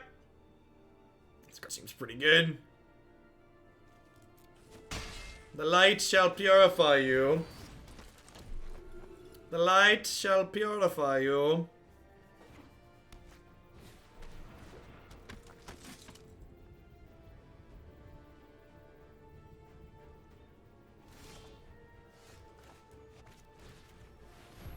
Just strap this one onto here real quick. Load them up, move them out. Do.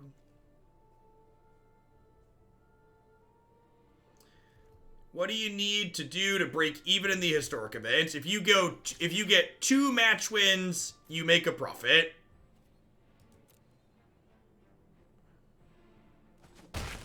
We don't kink shame here, Reach. Whatever you're into. You do you.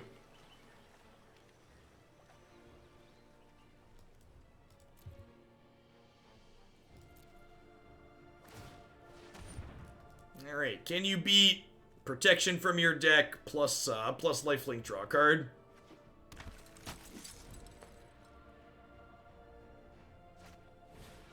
No Spoon, thanks for the 16 months, welcome back. Thanks for keeping me around.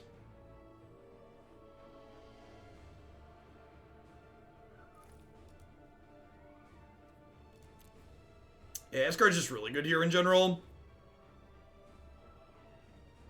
I think this is the one, chat. I think this is the one we're gonna work on for the MCQ. It's got some feel bads like everything in this format, but feels like it's got a lot of good things going on too.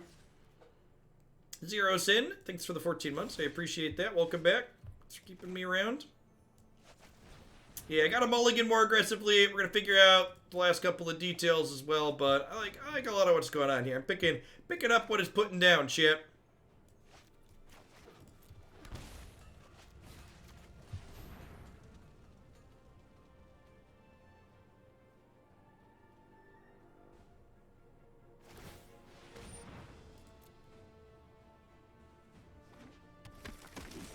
Yeah, pretty much all the rares in here they're almost all lands, right? Luncho, thanks for the half a year. Welcome back. So like those are something very core that you want to yeah, double lifelink's a little redundant, but getting to draw 2 cards is nice. Sure.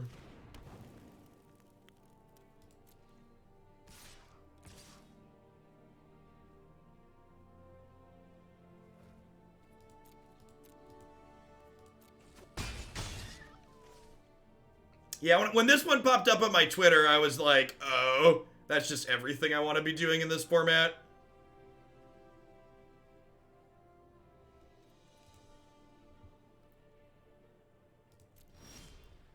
So we God's willing here and give this pro black before we draw.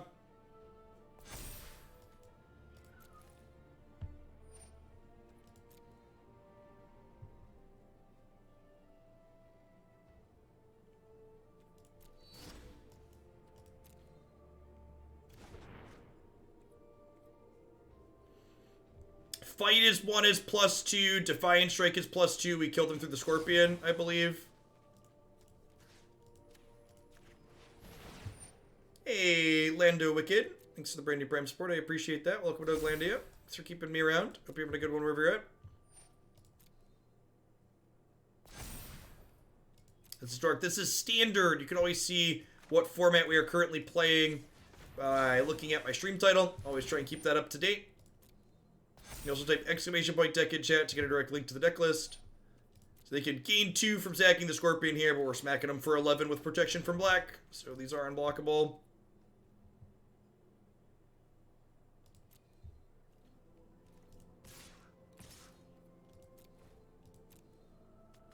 We have 2 left over in case we needed it.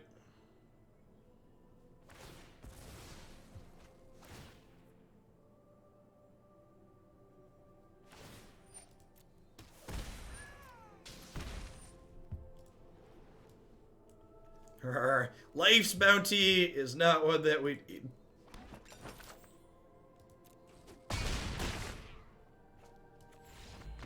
Yeah, it's kind of like Featherless Feather to have Lurrus to sit there and generate some card advantage for us. It's a good summary.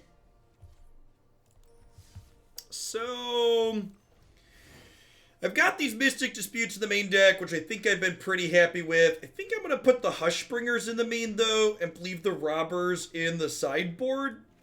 Because these hedge aggro a little bit, and the evasion on it is nice.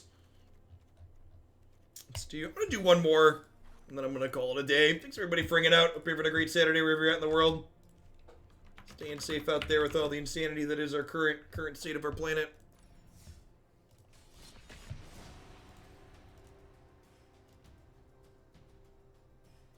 Replacing Lurrus with Feather in this archetype is too slow. Well, you're not replacing Lurrus with Feather. You'd be losing access to Lurrus, but then also having to replace something in your actual deck with Feather.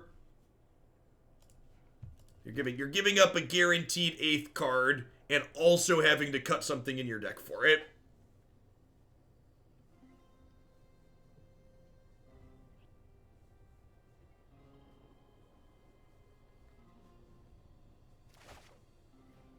Opponent is playing Yorion. Holy gosh, chat. It's a keepable 7. Holy crap. What even is this? I don't know what to do. I don't know what to do with my hands, chat.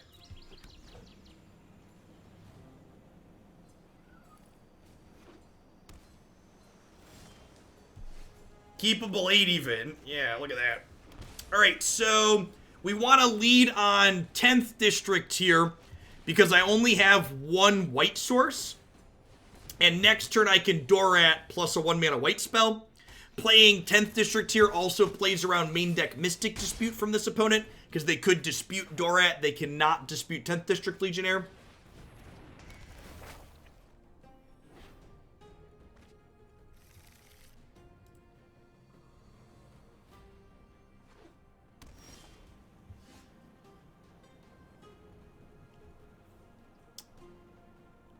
Huh.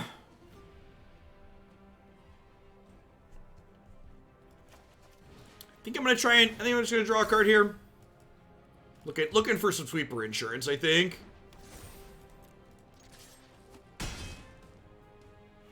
Oh, fellow bruh, thank you for the tier 1 sub. I appreciate that. Welcome to Hoaglandia. Opt. I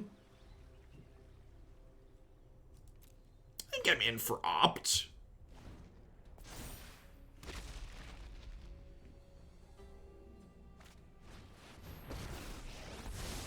That's annoying, but not the end of the world. Remember, Lurrus is gonna let us replay this from the bin eventually. And we have Dorat here to kill the Raveler of Fun. Thanks for the Nodaless, been using the crap out of it. Hey, love to hear it. Lobsters, thanks for the Brandy Prime support. Welcome to Hoaglandia. I just put both my perfect pets into play here. Smack Teferi, smack them. Little bit sad if they sweep, but again, if they sweep, I have this as a follow-up and I have Lurrus as a follow-up. This deck's been good. Yeah, so I'm gonna tag. We played Naya Winota as one of the historic decks we played this morning, so I'm gonna tag Naya Winota and then this deck as the 2 favorites for today of the 5 decks we played.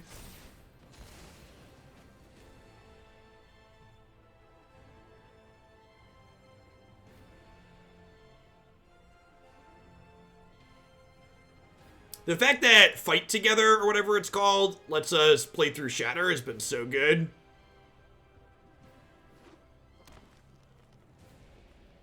The fact that all of our threats dodge Conquer's death has also felt great. Like, our Lurrus Companion's the only thing that gets Conquered death. Alright, and then we should actually be able to kill her next turn, right? We'll be able to opt plus Defiant Strike.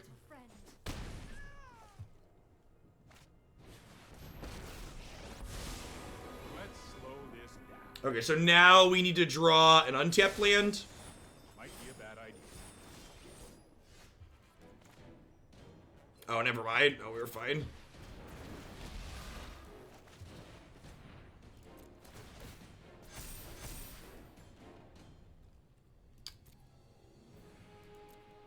They have Teferi, so it doesn't do anything.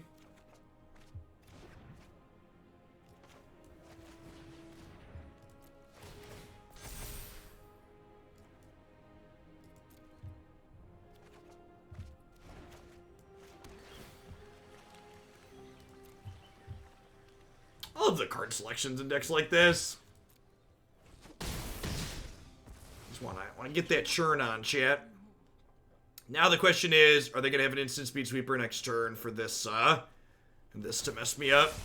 If they have Shatter here, we're gonna be in trouble. We're actually kind of hoping they just Yori in here, right?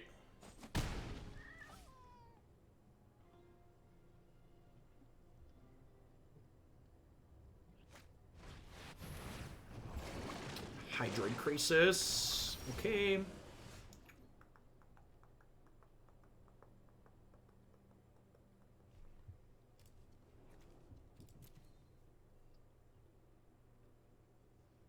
Huh?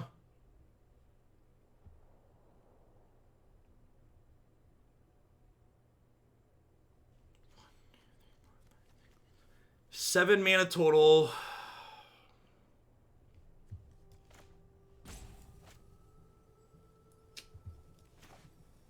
If we like God's Willing, Dorat, Pro Blue,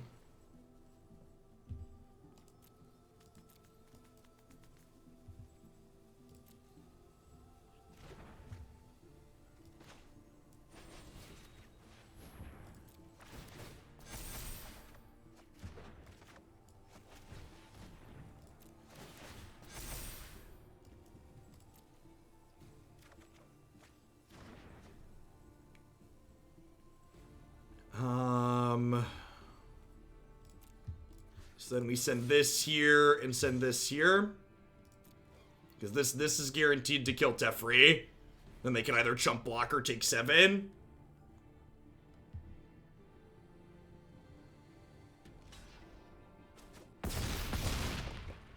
And then I can play this tapped, because I'm going to need my mana next turn with Lurrus. And then I have Dispute plus Fight as one up here, so even if they have a Shatter, I'm going to get to draw a card and I'll get to protect one of my dorks.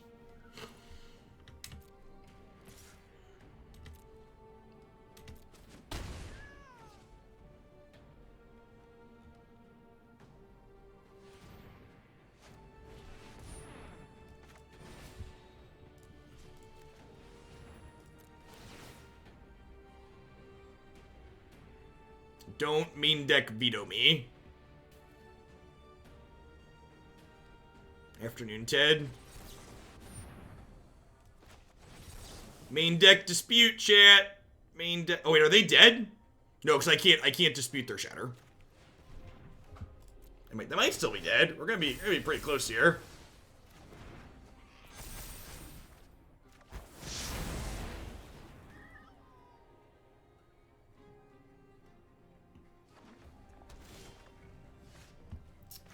I think this is pretty close to lethal, right? So this is 10, and this is plus 4, and this is plus... Yeah, that's actually lethal. Good lord, that's great. This is it. This is the one, chat. This is the one. The final countdown. Do-do-do-do. Do-do-do-do. Do-do-do-do.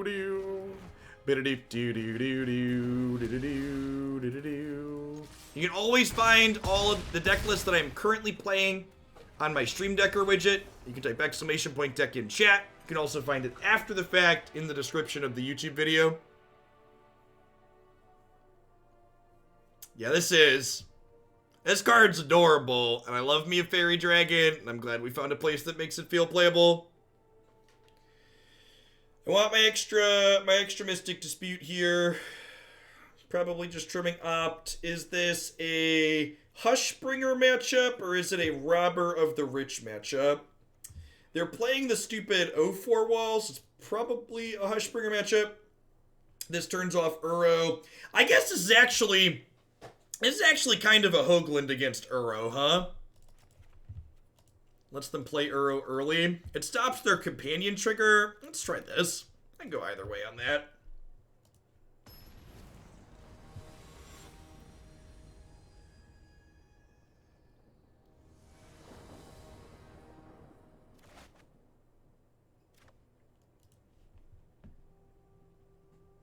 Sure.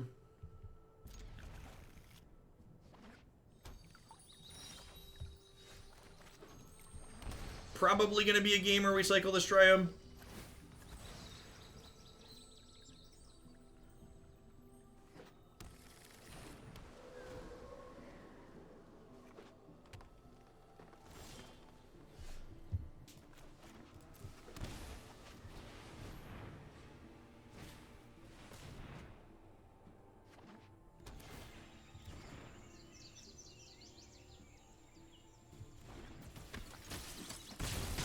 Excited to get shattered next turn.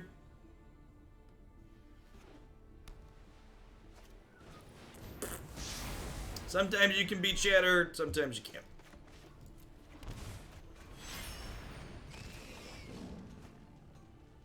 It's fine. We'll get him on the play, right? Aggro deck motto. We'll get him game 3 on the play.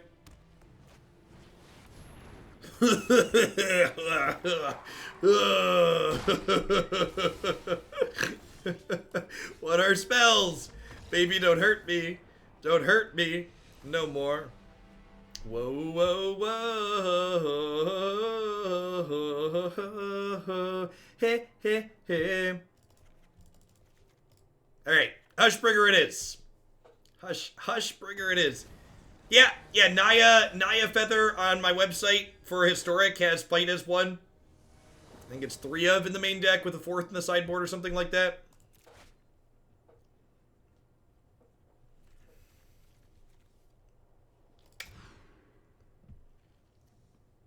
This hand's very good.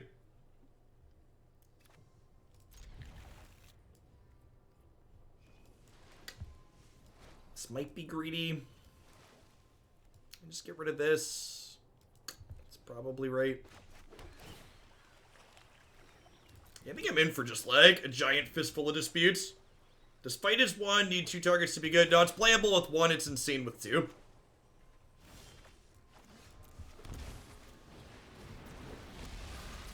So long as they don't, like, glass casket us this turn, we're in a very good spot. Who's got 2 thumbs and is going to dispute the crap out of a growth spiral? This guy right here. Did you cut the excellent indestructible fight card? I don't remember. Look at the deck list. It's on my website.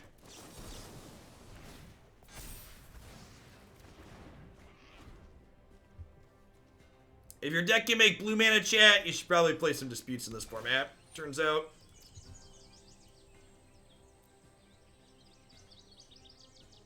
Turns out. Pretty good.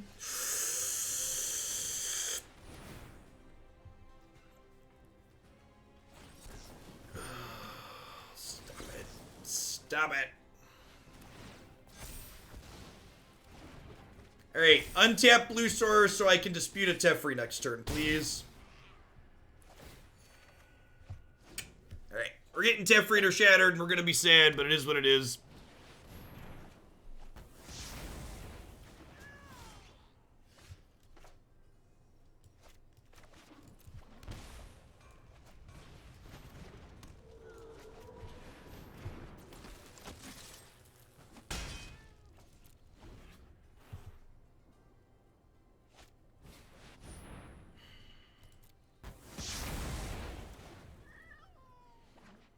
If this had been fight as 1, the game just, like, ends on the spot there.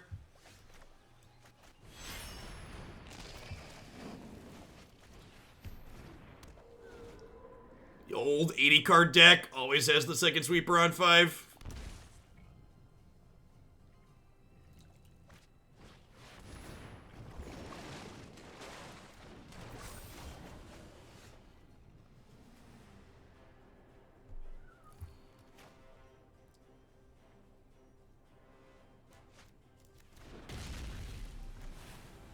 I think I want a perfect pet here.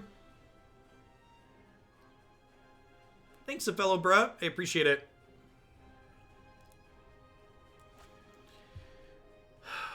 Yeah, I think I do this. Lurrus really showing some of its strength and giving us staying power here, right? Like, my aggro deck got shattered twice and we, like, still get to sit here and play a game of Magic.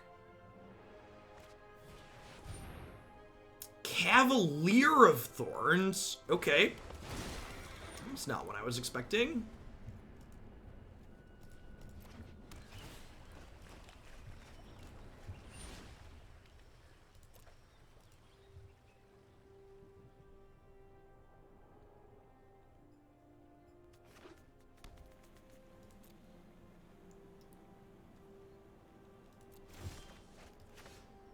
So I'm gonna God's Willing this, give it protection from green.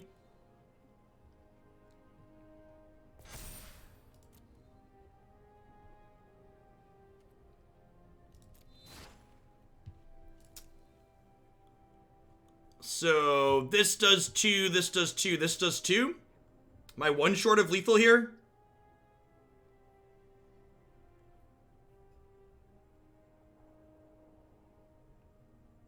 Oh, I can give this pro green as well. Yeah, this might be lethal, huh?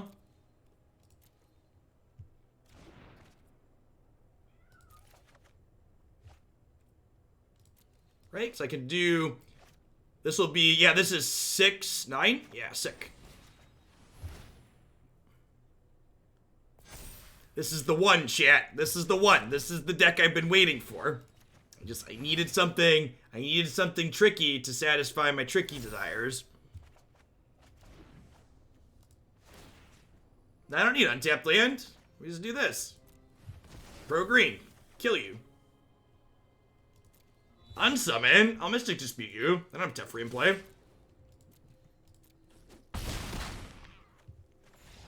Alright, I like to end on a high note. That's a pretty high note. Played this deck for a little over 2 hours. Yeah, these are the types of decks I like playing.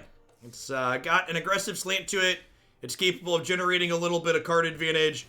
Yeah, like we got swept twice that game, right? Like we were a little salty that their 80 card deck had sweeper, and we were just like, all right, let's just push through. Like that was fantastic. Let's talk about things I am certain of and things that I am not. What do I consider the core of this deck? I think this is probably the core. I think if you're looking to play this and tune a little bit, and I'm going to be doing that over the course of the next couple of weeks before the Invitational Qualifier, I think this is the core. These 28 spells is probably things you don't touch.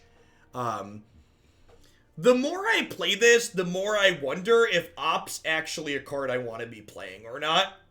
Like, it's kind of cute with Dorat, but, like, it's probably fine because it, like, can help dig us to threats, too, though. It's probably fine. I don't know. I know I want, like, 14 threats in the main deck, I think. I don't know that Hushbringer is better than Robber of the Rich, is better than other alternatives. Pretty confident that just jamming for a bunch of Mystic Disputes in your main deck is correct. We started with Shock, and the more we played against all these greedy Fires and Yorian's decks, Mystic Dispute is just far and away better than Shock. And maybe, like, if I'm not sure on Op, but I am confident this is good, we just, like, play the last Dispute main. I kind of would like a third Apostle in the sideboard, because that card's really good against these black aggro decks, and playing another copy of that seems stellar. See, I think I'm gonna leave off here. Let's go down an Op, add a fourth Dispute to the main, and that lets us fit the third Apostle here. What about Sea Dasher instead of Hush? No, I think you want an evasive threat. I think you want something that you could stick Staggering Insight on. So other things that you could consider for this slot. You want this slot to have haste, or yeah, and actually you can't play it with Lurrus either. But even if you could, I don't think you'd want it. So I think you want this last slot to have haste or to have flying. Is my thought is about where I'm at. Yeah, that's a question too, like, are these Aether Gust good? Because I'm not bringing them in against the Bant deck, right? I guess the question for Aether Gust is, do I want Aether Gust against the Fires deck? And I'm not sure that I do. Actually, you know what's probably great? You know what's probably better than Aether Gust? Disdainful Stroke's probably just like the Stone Colds, huh? This counters Fires, this counters Cavaliers, it counters Yorians. Like, this is actually probably the droid I'm looking for.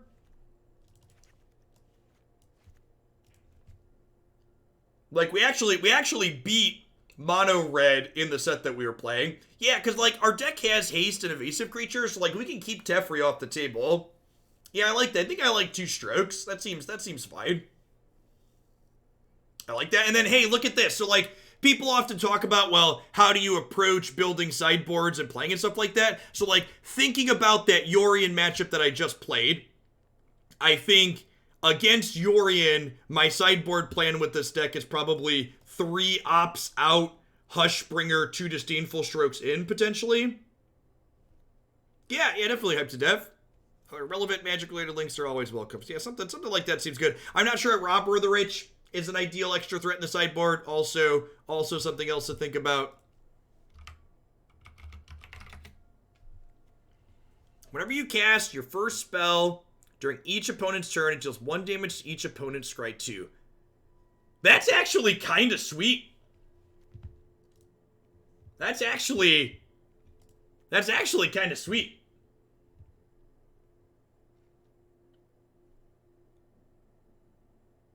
Yeah, so this is the build. This is actually a build really close to what I started with.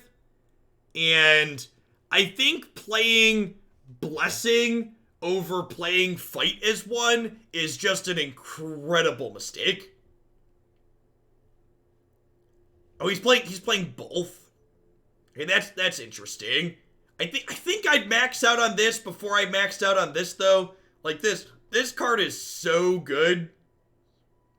It's really, really good. The Sentinel's Eyes, I don't really know how I feel about this card either. Like, these were in the original list that we had. I ended up trimming them for other things. I don't think I really found that I missed them. No Life's Bounty is a decision. I could see Terramander being good. Like I said, I like the idea of that last threat being flying. Between Life's Bounty and God's Willing, though, we just stole so many games giving things protection from colors. I think I'd be weary to cut that. But yeah, this card's actually kind of cute. When you cast your first spell during each opponent's turn, it deals 1 damage to them, scry 1. I could actually see that being okay. Yeah, this protects against Teferi too, which is a big deal. Let's test this for next time. I'm not sure Hushbringer in the main is great. Let's do that. That sounds fun. It's also kind of adorable. Can we just, like, appreciate, like, the artwork on this card? I feel obligated to test it because it's kind of adorable. This card also makes, like, your ops better. It, like, randomly deals damage with these on their turn too. Sure, let's do that. Let's me round out the extra cards I wasn't sure I wanted in my sideboard anyways. Stone Coil seems sweet. So Stone Coil doesn't work with Staggering Insight, so I think that's probably not great. Adorable goat monster, right? All right, that's gonna be it for me, folks. I'm gonna have one more ad roll on my way out the door so I can meet my quota. I'll be back tomorrow morning with some more Magic the Gathering. I think we're starting with Moto in the morning. I gotta double check my schedule. We're gonna do some historic and some standard guaranteed tomorrow as well. Everybody enjoy the rest of your Saturday. If you're in the Midwest, enjoy the beautiful weather. I think we're supposed to get up to 80 degrees and sunny, so I'm gonna go outside and play with the kids for a little bit. Everybody, peace. I'm going to export this, and I'm going to throw this on Stream Deck really quick for anybody that wants to grab this latest iteration. So, peace.